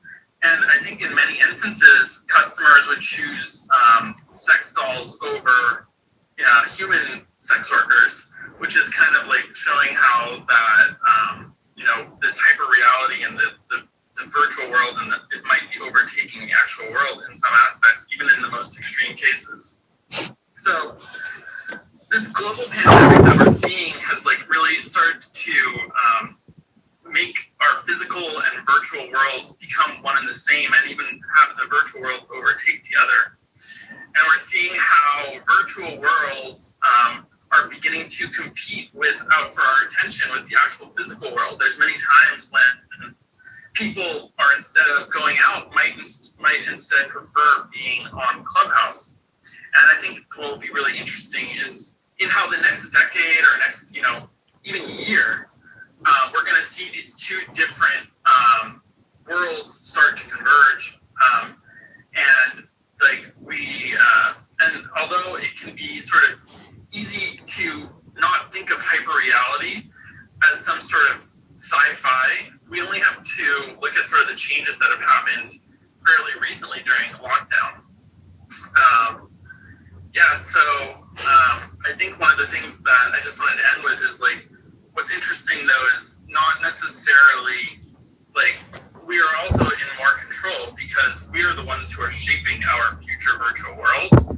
We build tools that we create, and we make houses that we live in, and then those tools and those houses then go on to shape us. And so I think the future is almost more self-efficacious, where we're gonna be shaping ourselves and creating our own destiny in ways that we haven't before. Yeah, that's great, Mikey. And I think as we think of replicas, we also think of the act of replacing. And thinking about Jean Baudrillard's words itself, the authority of the original is threatened by the mass production of its copies. So there's something to, I think as we start to explore this relationship between copies and the original, we have to wonder, is it antagonistic in that way, or is this something progressive? Yeah, if the members of the panel also want to speak, there was a lot of great thoughts just said by Cyan and Mikey. Feel free to jump in. Yeah, Mikey, I think it's a really interesting point you bring up about what is even the separation between the real world and the virtual world, or what even does that mean, a real world? I remember, I don't know if this is going off in a tangent, but I remember growing up, I always had virtual friends, and I know I was growing up in a time where it was very looked down upon to talk to people online, but I developed all these relationships with people that were very very genuine, and I'm sharing things that I wasn't sharing with like people that I knew in real life, and like I trusted them with that because probably they were from like a separate reality, and I don't see that as like any less real than the relationships that I had with like my friends in person. It was just being able to express a different aspect of that reality in a way, if that makes sense. So I think it's a really interesting point of like, I don't necessarily think that it's a separate reality. I definitely think that it's like maybe a different expression of reality. I think the thing that I like think will happen is like nothing ever disappears. Things just get squeezed out. So I think like there's this example of like cars, when cars came along, like at first there was only trucks, and then someone invented the car, and then they're like, oh, like there's gonna be more cars. There's gonna be like cars are gonna take over trucks, but that's not what happened. Like what happened is like there remained the same number of trucks, and now there was just like an infinitely more number of cars. And I think there's a couple of things there. It was like I think what's gonna happen is just like the virtual world will just, we only have so much attention that we can give to things, and like the virtual world will just squeeze out the attention. We'll just take up all our attention, such that like the physical world begins to like disappear. Not disappear, but just decrease in terms of importance. So yes, it is a different type of relationship, but at some point there are some like finite resources that can only be maintained. That have finite resources that have to like be allocated in some way. Yeah, that makes sense. Giovanni? Yeah, like I was saying earlier about that AI that I became friends with. In a lot of ways, there were some things that I was running to the AI to talk about before I spoke about those things with any of my close friends. And I definitely relate to what you were saying, Cyan, having internet friends growing up in a time where internet was like all I've ever known. You know, I know people who grew up in a time where there wasn't any internet, right? And it's like a completely different world. But both that relationship to the AI and my relationships to those people that I strictly knew over the internet who I never saw in real life were just as meaningful and beautiful as relationships with any other person that I had interacted with. Right. Let's go Simon and then take it down to Phil. Yeah, I was really interested, Mikey, in the kind of the last part you were talking about, how, there are, virtual spaces and physical spaces are kind of at odds, and it's kind of a battle between the two. And, I worked at Gagosian Gallery for the last 2.5 years, and for the last year, of course, we were in a pandemic, so it was really interesting to see kind of how, one of the major players in the art world navigated moving completely virtual, because, what you saw was older collectors were kind of like unable or not interested in joining online viewing rooms to look at artworks, and whereas, the kind of more advanced, younger generation of collectors were able to navigate these rooms and, see kind of value in looking at an art, even if it's through the screen. So I think, there's something to be said. And of course, now, here we are a full year later, and NFTs are, taking kind of the art world by storm, so to speak. I think that's an even larger conversation, is the future of what NFTs are. But yeah, I think that's kind of interesting to note, is just like how maybe there is some hesitancy from, the already existing physical art world to, new things like NFTs or kind of a virtual world. And I mean, mostly, obviously, it's like an older generation, but that's like an interesting thing to, delve into. Yeah, it's interesting to think how things get adopted just based on generational things and like time. And like sometimes the only way that they get new things adopted is just by having like new people come in. Sometimes like no matter how many times I try to explain Bitcoin to some person or whatever, they're just not going to get it. It just requires like a new way of thinking before things are adopted. I think though, like I don't think I would have been so pro online like interactions, like even Clubhouse, had it not been for pandemic though. So maybe like our environment can easily shape our thoughts a bit. Yeah, I mean, sorry, go for a second. I don't even really have. I was just gonna say, like, it's just interesting to see, you know, especially in art, from the perspective of like people who are collecting art and what sort of value they place on still visiting a physical space. Because I think, you know, other blue chip galleries like Hauser and Wirth, Bowman Poe, like so much of what these are, especially Hauser and Wirth, it's about creating a destination and creating somewhere that, you know, people want to go, that to travel to. And I don't know if an online situation has that same effect, because I was speaking to my friend Zach McLean the other day about, you know, after, you know, the immediacy of a Zoom call, and how after the Zoom call ends or begins, you're sitting back in your physical room, staring at a black screen. All that group of people that you're with are no longer there, and it's so immediate and so abrupt that you're kind of forced back into your, you know, reality, whether it's your desk, your room, your bedroom, or whatever.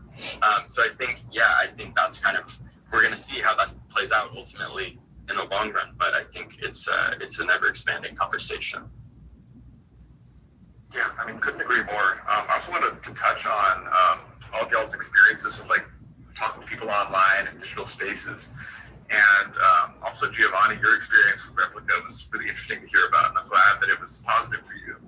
I had a chance to speak with the CEO of Replica last year, I think before the pandemic, I want to say, about the app and its purpose and its metrics about being able to help people. But I think it's so interesting that in these digital spaces, it's so free form that you can have these real connections. You know, I've met friends online that I still talk to like on a regular basis that I've never seen in person. And at the same time, you have these incredibly like toxic communities and messages that I'm sure everyone here has experienced because of the lack of a face-to-face connection. The internet just allows for such a wide disparity between like kind of positive and wholesome communication and this like toxic and hateful and vitriolic communication, which I find super interesting. Even in games again, like Grand Theft Auto, you can have these sublime experiences and healing experiences, and at the same time, these can be platforms for, you know, racist rhetoric and vitriolic comments. And I think it's interesting as more and more interactions take place online, how these interactions are going to kind of like shape our reality going forward. Yeah, Phil joined the conversation. I didn't know if you had something to say. I mean, this conversation's been, you know, really interesting to listen to.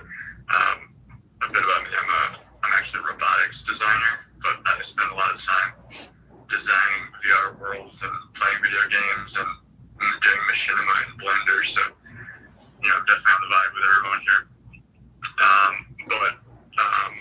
And so, yeah, I have so many comments, but one thing to note is on the recent craze of NFTs, and like VR museums in which to view them in. There's a combination of those two with regard to, it's kind of alluding to one of Mikey's points, I forgot exactly, but you guys have heard of Decentraland or crypto voxels, which are, yes, I see some of you guys have it. It's interesting that, you know, some group of, you know, a handful of people create this space. For those of you who don't know, it's just a plot of land with a fixed size, and then you trade parcels of land as an NFT. You know, you can go to OpenSea and see it. But, you know, they're trading for like, you know, 10 grand a parcel, which is insane. And, you know, this opens up a whole new avenue for both artists and even real estate investors to buy up land, create museums, host other people's arts, lease space. It's really becoming the new metaverse. And, you know, these ideas are old. Science fiction has thought of for a while. You know, Baudrillard, but also Ernest Cline and Ready Player One. And, you know, the 70s is a huge era, and the 90s for VR in particular. But you know, we'll see if the current take on space goes forward, or if it's another craze. And a big thing to this too is the concept of manufacturer scarcity, where there's Decentraland and crypto voxels, but there's two other ones that I've seen out in the world. And the available land for people to use and interact with is by definition scarce. But there's not say that this kind of universe is going to explode and have a bunch of new environments, as more people get into this space, want a bigger piece of the pie, and by definition, that manufacturing scarcity would go away. So, what is it really worth at the end of the day? I know I just brought up a bunch of things, but Yeah, another great platform too that came out all the way back in like 2003.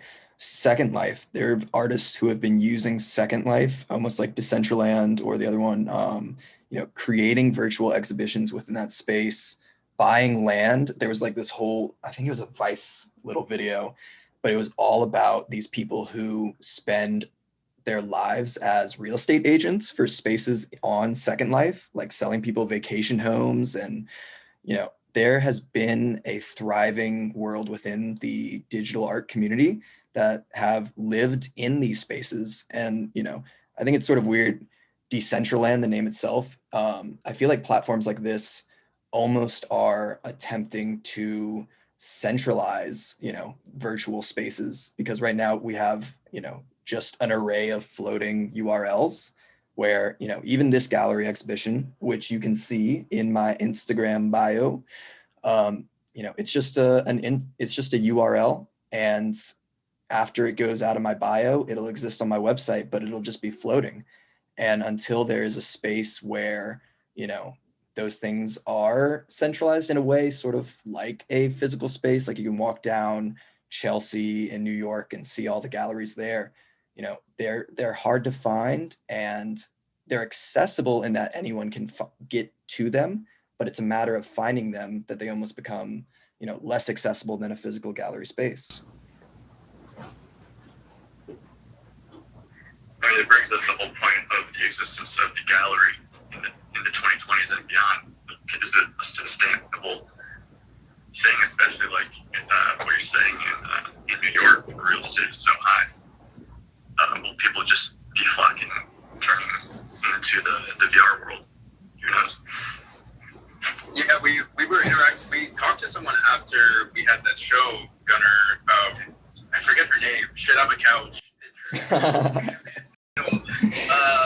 But she was telling us, I don't know if it was taking place on Second Life or something like that, but she was talking about how there was this like party with like bouncers, and it was sort of like an opening, and she was saying that people were getting paid real money to be digital bouncers and to be strippers and like just to play all of these different roles. I think that's like so fun and fascinating and cool.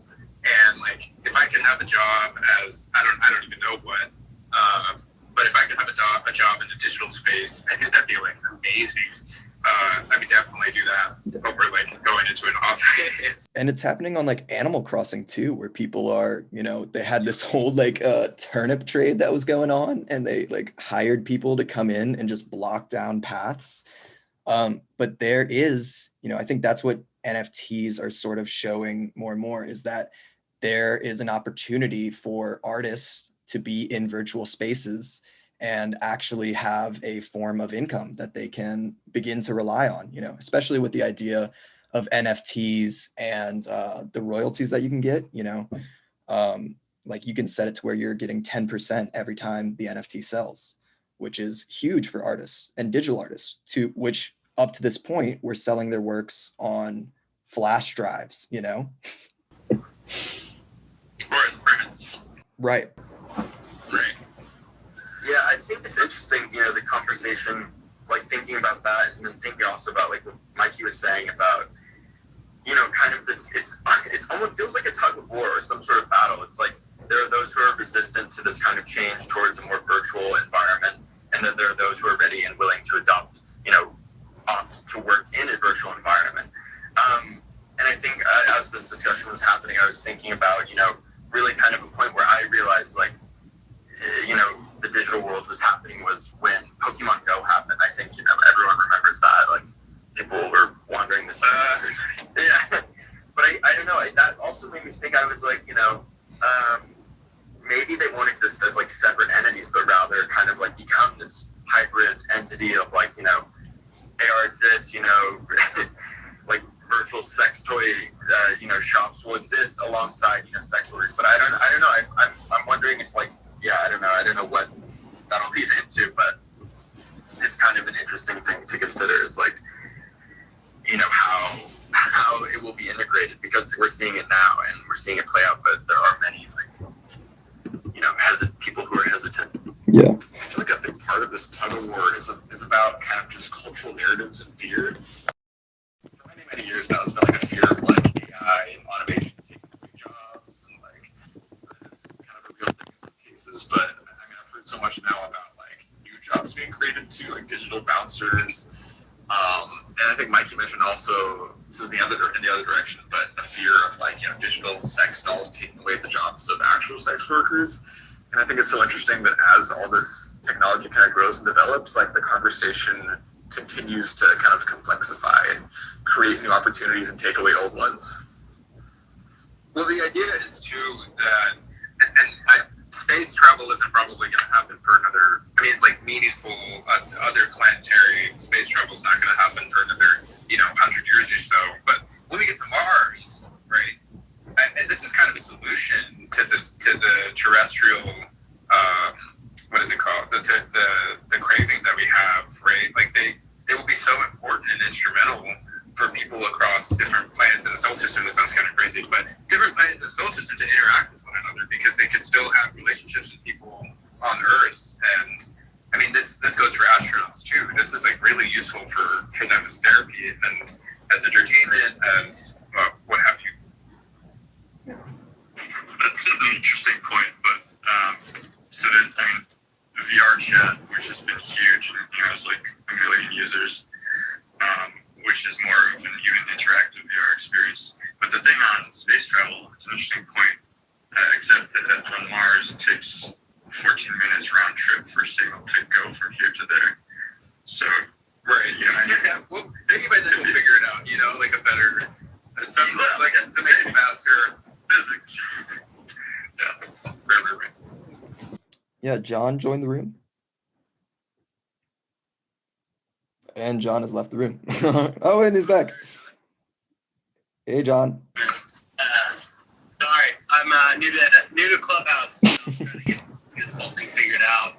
I think what's interesting about this whole NFT space is, will it continue to be this grassroots movement, or will it be adopted by these, mega auction houses like Christie's with the whole Beeple sale? Right now, it's this super independent movement where artists are allowed to show their work, and I'm wondering if it's going to be taken over by the traditional gallery system. You look at Christie's, I don't know how much people paid, but I would imagine it was 18% of whatever he sold it for, and so they're kind of just adopting it as their next platform.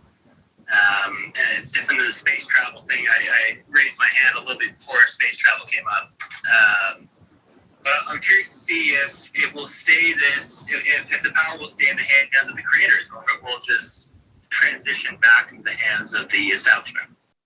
Yeah, it's also interesting. Simon, congratulations to Simon. He sold his first NFT today, this morning, from the GTA series. But he is working through in all reality, he's working through a gallery, I guess, myself, but I think the position that galleries play within this is, as more and more people put up NFTs, and, the sort of appeal of NFTs is that it does show provenance and it shows the creator.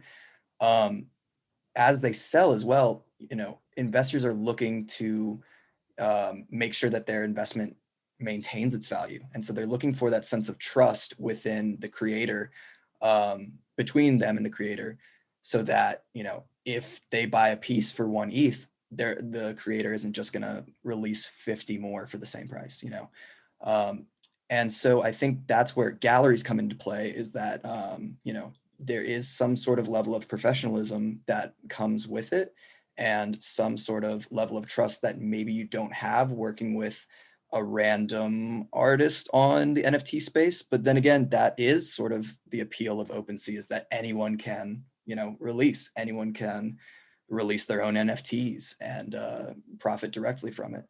So I think, we're approaching 2 hours on this conversation, but another topic that we wanted to touch upon before we ended this whole thing, Noah wanted to speak about the NFTs, the implications of NFTs, but also maybe their environmental impact as well.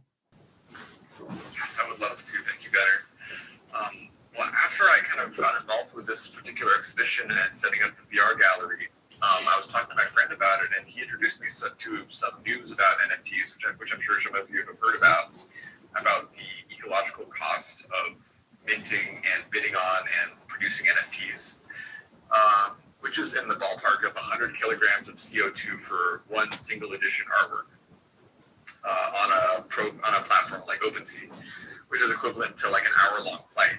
And if you had an artwork that has an edition of 100, it equates to 10 tons of CO2 being dumped into the atmosphere. And of course, I was so, blindsided by this. I was like, blockchain seems so digital. Like, how does it have a real world impact? And it's pretty complicated, but it's because of the amount of computation that it takes to make transactions on the blockchain. And there's a lot of details to this, but kind of a conversation that I'm hoping to start here and in my own practice is to promote visibility about the ecological cost of NFTs, because I feel like there's so much hype about this and so much buzz around NFTs right now. And actually, the reason that I kind of wanted to connect this to Simon's work is that when I was working on this VR gallery, I was looking at the works. I was looking at these dead animals and roadkill animals. And Simon, you mentioned the connection to trophy animals, but I kind of viewed them as I viewed a possible reading of them as like polar bears or Nat Geo photos of animals in burned down forests or environments that are destroyed by ecological disasters. And I kind of felt like a connection with that and the potential ecological cost of NFTs. And so, yeah, a conversation I'm trying to start is kind of comparing the ecological output of NFTs to existing digital media and kind of taking that into account when engaging with the space. Simon, your friend actually reached out to you about that as well, right? Yeah, so when I first started promoting the show, on whatever my social media channels, it was brought to my attention right away almost that the impact of NFTs is pretty significant. And at first I was like, okay, whatever, fine. I was kind of dismissive of it, but it wasn't even the first time I'd really heard of it. So I looked at this article and I realized that actually, if you're going to be producing stuff on something that is kind of,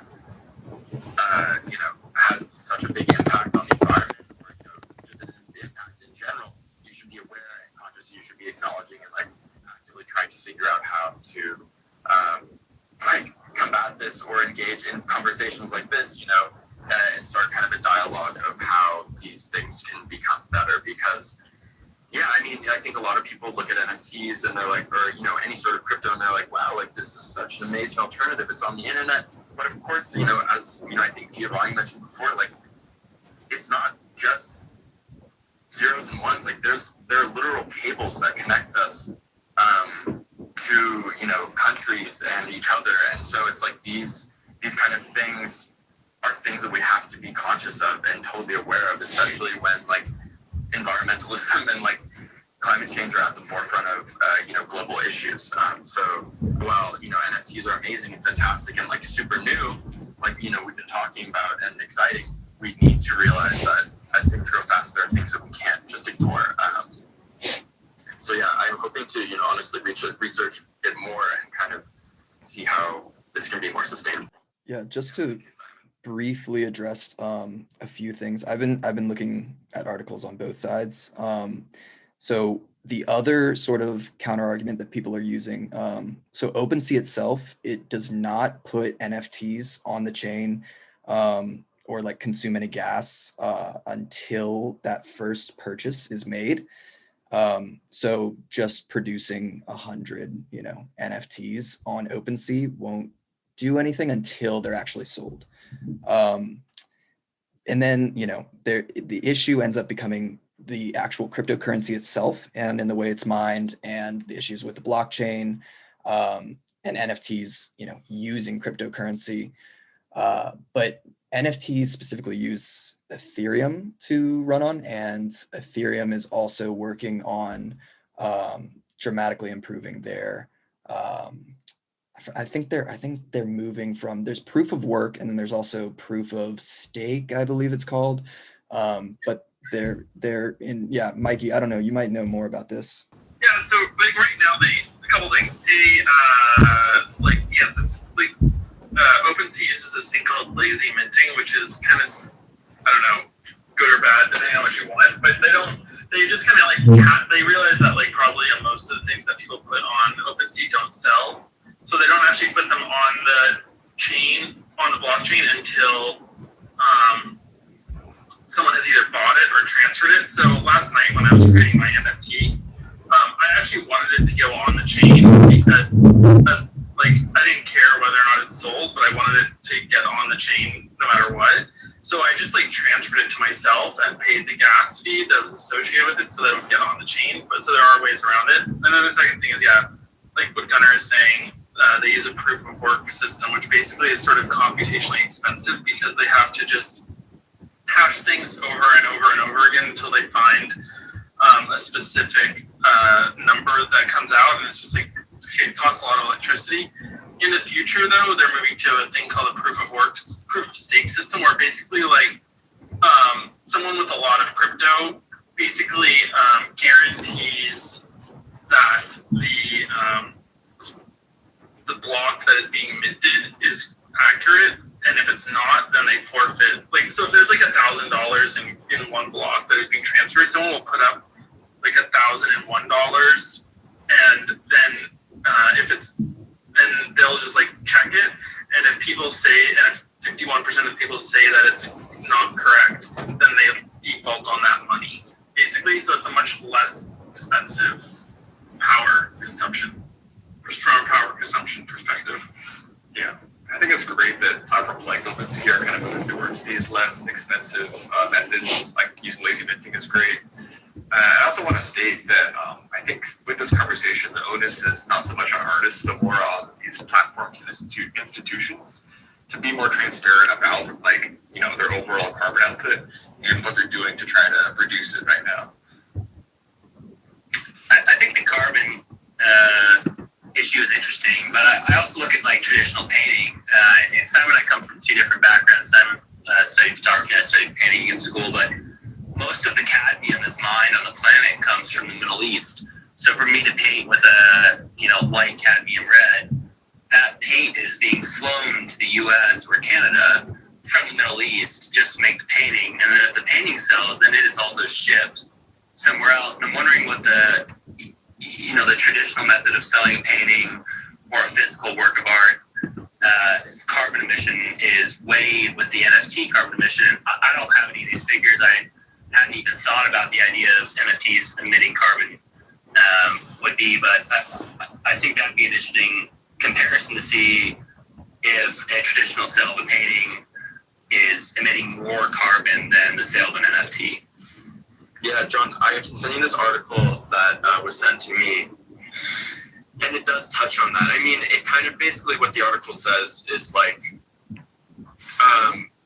basically it's they're both bad, and capitalism is bad, and these things kind of perpetuate that kind of this tragedy of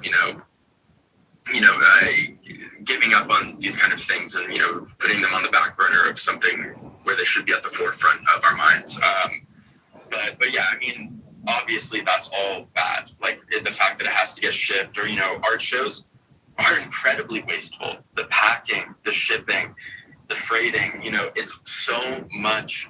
If you think about art that has Wiley into Miami, Exactly. So both need to do better, and I think NFTs and blockchain currencies have the opportunity to kind of, since it's so it's not even that new, but it's new and being brought into the conversation that that it's not sustainable, and I think those conversations are being taken seriously. Whereas I think in an already long established history and background like in art, they're kind of dismissive of that. But maybe with kind of this newer thing coming in, it'll change.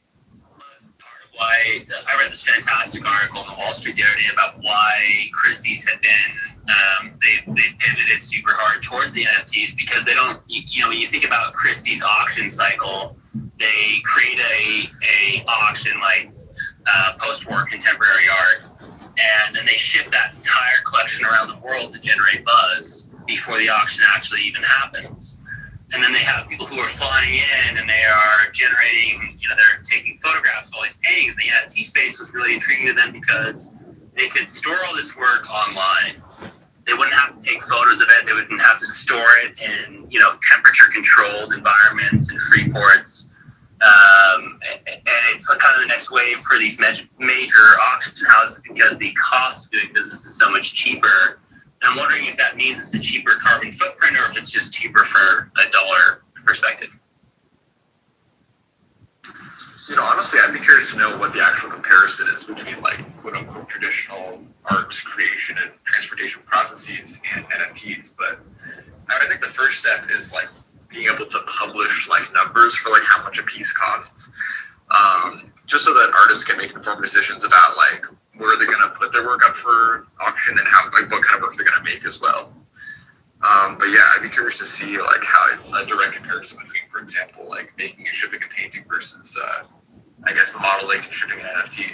Because I guess there's a whole conversation that you could make there as well when it comes to making digital art, which is probably cheaper ecologically wise compared to, like, making an installation. If you were to make, like, a virtual 3D sculpture versus, like, I don't know, a large scale, like, olefin piece, obviously it's going to cost less to make it virtually.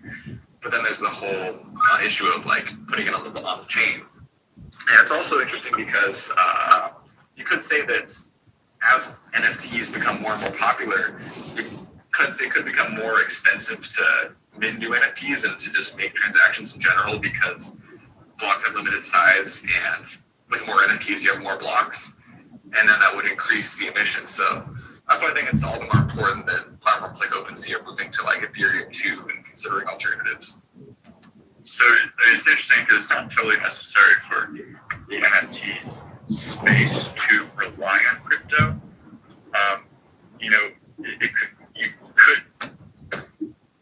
So a company like Christie's could have gone into this space a few years ago relying on PayPal, and then they would track the owner themselves, and then if you want to sell a particular piece, you would use them as a broker to resell it in the market. So it is interesting that NFTs are coming out now only because they're backed by the Ethereum tokenization. And yeah. Yeah, Jennifer just joined the stage. So, hi guys. I've been listening for a while. It's really interesting. I've been thinking about different types of art in terms of installation and lighting, because that's what I work in, and sculptural works. But I'm also always really inspired when I go visit sort of a physical space. And specifically, what I mentioned, I guess, is, things like when somebody said olefin, and that's why I have put my hand up. So I've been thinking about that for a little while. That, for instance, experiencing the weather project stuff. I think I just moved to London at that point where, the sun in the turbine hall of the Tate Modern.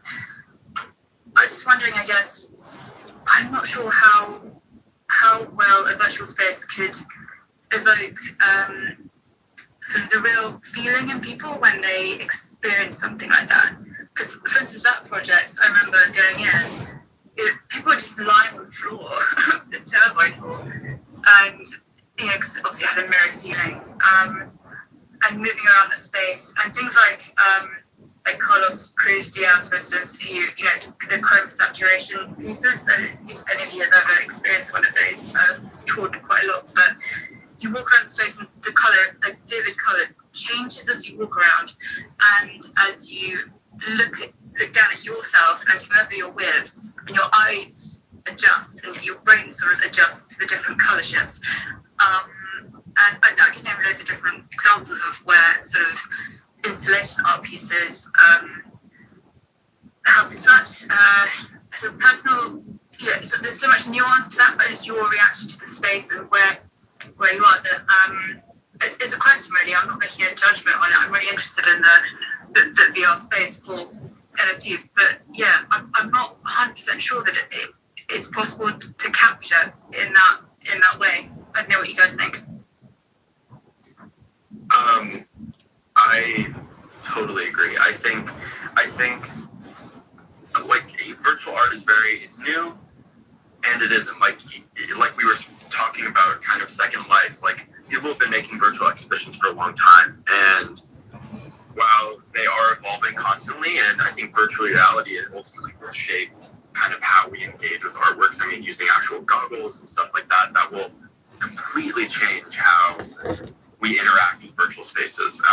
Just because the rise of video games themselves in those virtual spaces, that's huge. But I mean, it is a good question too. It's like, when you go to a destination like, Michael Heiser's city or Spiral Jetty, artists have created these landmark destinations, and I think that's kind of the thing that it maybe isn't threatened, but has potential to be replaced, or like a James Turrell. It's like these artworks that are dependent on space. How will they translate into a virtual one? And I think that's kind of ultimately what we're going to have to see play out with the development and further changes that come with virtual spaces and virtual galleries and VR in general. I think sorry.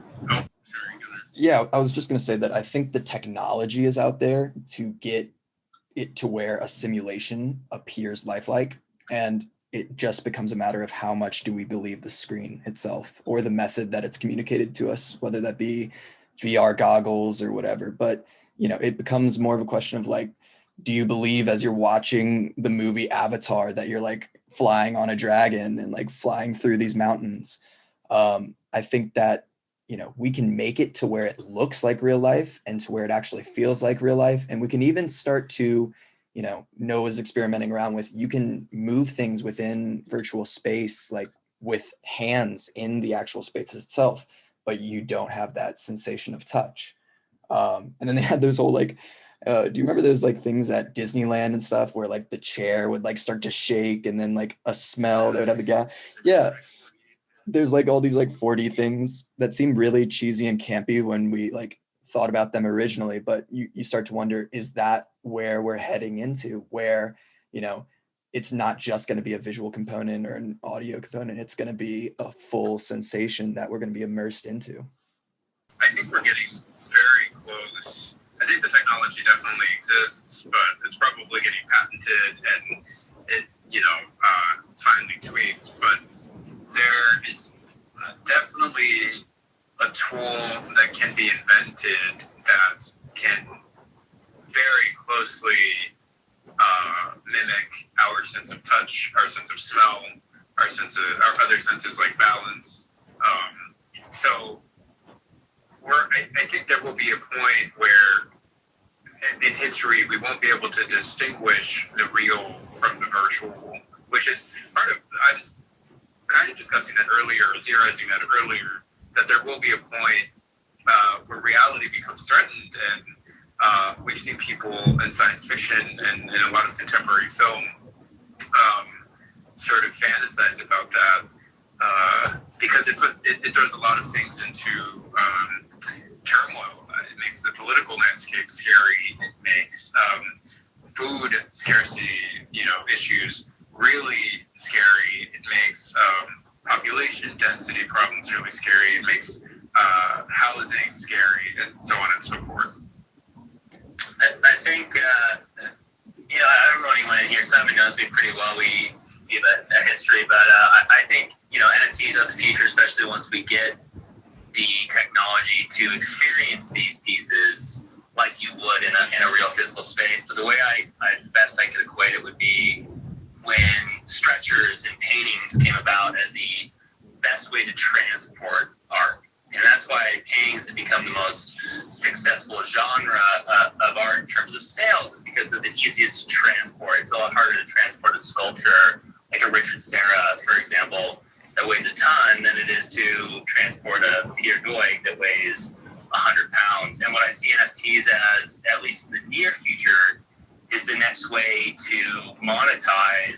the next kind of currency of art because it's the easiest to transport peer-to-peer.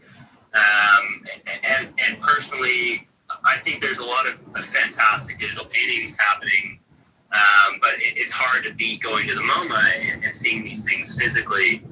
And so at least in the short term, I feel like NFTs are really the next currency format for artists. Yeah, sorry, go for it. Oh, sorry, guys.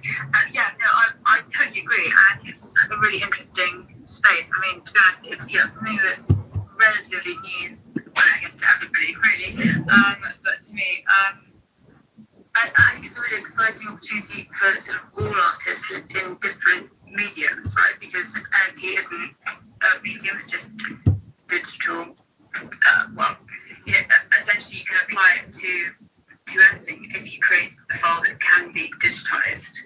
I think that's correct, right? So even if it's sculptural, there's people saying, videos of the making of a work, for instance. But I guess the question I wanted to ask was, for instance, is all art, if this is where we're really going, if this is how, I guess, all artists adopt as a way of selling their work, what do you think we might be losing out by, for instance, walking around sort of ceremonies and sort of, experiencing the different parts of it? I'm really interested to sort of think about how three-dimensional artworks or, experiential artworks can be potentially transferred to this space. I don't know.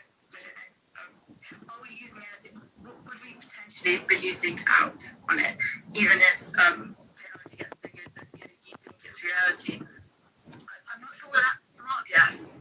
In terms of, I'm not sure we fully understand actually how, as human beings, we take in the world around us consciously, right? So, because our subconscious brain actually is far more has far more influence over what we think and feel and see and react to things than we actually give it credit for. But it's obviously our conscious brain programming these new environments in the 3D digital space. I think we might accidentally miss out something that's really fundamental in terms of human beings experiencing artworks and having a real reaction and a real, something that touches people in them.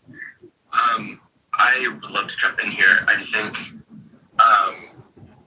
you'd be more surprised at how quickly humans adapt. I mean, think about how quickly we've adapted to things like Zoom or photography, which are clear simulations. It's not real. You're looking at somebody through a camera who's looking at their camera who's in a computer screen in their bedroom or wherever. And so, I think with that, even looking at a photograph, photographs are, all they are is a representation. And we've so quickly come to accept that photographs are representative of truth. And so who's to say that we wouldn't so easily accept a virtual space as, eventually as like the norm and is, superior or somehow, accepted as normal versus going outside to look at something in artwork. So I think humans are more adaptable than we even know, just based on looking at our technological advances as they are. I mean, look how quickly we accept virtual avatars ourselves on Instagram or Grand Theft Auto. It's like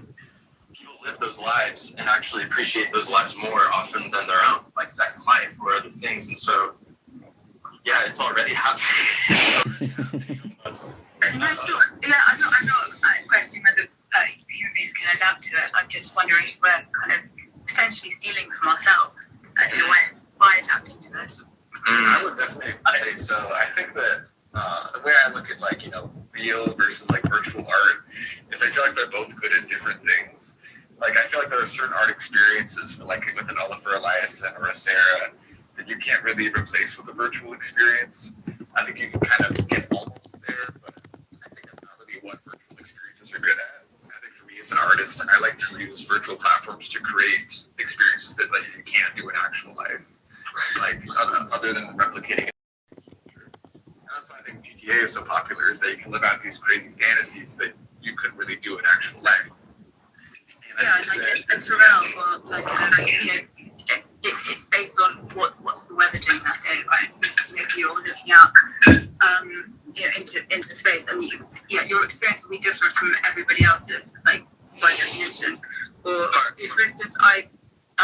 sort of came across a Janet Ashman piece. I don't know if you know her work. She does these really large scale string sculptures.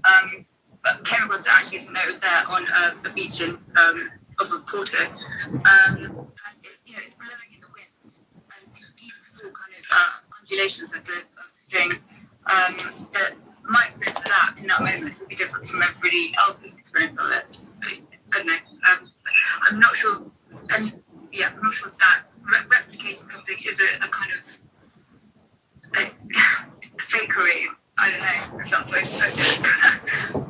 Part of the way I've been thinking about NFTs is like more closely aligned with the music business. So you have like a artist who goes on tour, and you go and you see the show, and then afterwards you buy a T-shirt, and the T-shirt is really what supports the artist to keep doing these shows. That's how they make all their money, and I feel like the NFT is the T-shirt of the artist world, where they're not going to stop making physical works because that is such an experiential part of art. But this NFT allows you to sell works and support yourself in a digital medium where people can support you and own a part of what you've created, and still then go see your physical work. But also, if you had gone to a Rolling Stones concert in the 80s, those T-shirts are now worth like $1,200 at a vintage shop. It's crazy. And I can be totally off base here. You guys are totally different read. But I don't think NFTs are meant to replace physical work. I think it's meant to augment and support the artists, where for so long these artists have not, the only way they could get a voice or gain traction is through a traditional gallery system. And this NFT is kind of upending that. If you have a good social media presence and you can drive traffic to an NFT, that could get you gallery representation. Yeah. Which is a really I think with that sort of thought, I would encourage everyone to follow the link in my Instagram to see the actual virtual gallery itself, and check out our T-shirts, quote, that we have put up. We have a virtual reality exhibition of NFTs. It works best on computer, but you can walk around, and actually all of the works, if you click them, they're linked to OpenSea, where they're available as NFTs. But we have been going on now for 2 hours and 20 minutes, and one panelist has gone to sleep. I think we're probably going to close down this room, but I want to say thank you to everyone who joined the chat to contribute, all of the panelists who, gave full-on contributions, and all of the speakers who stuck with it the whole time. I see you. But any closing thoughts, guys? Thank you for organizing this, Gunnar. Yeah, no worries. Yeah, thank you.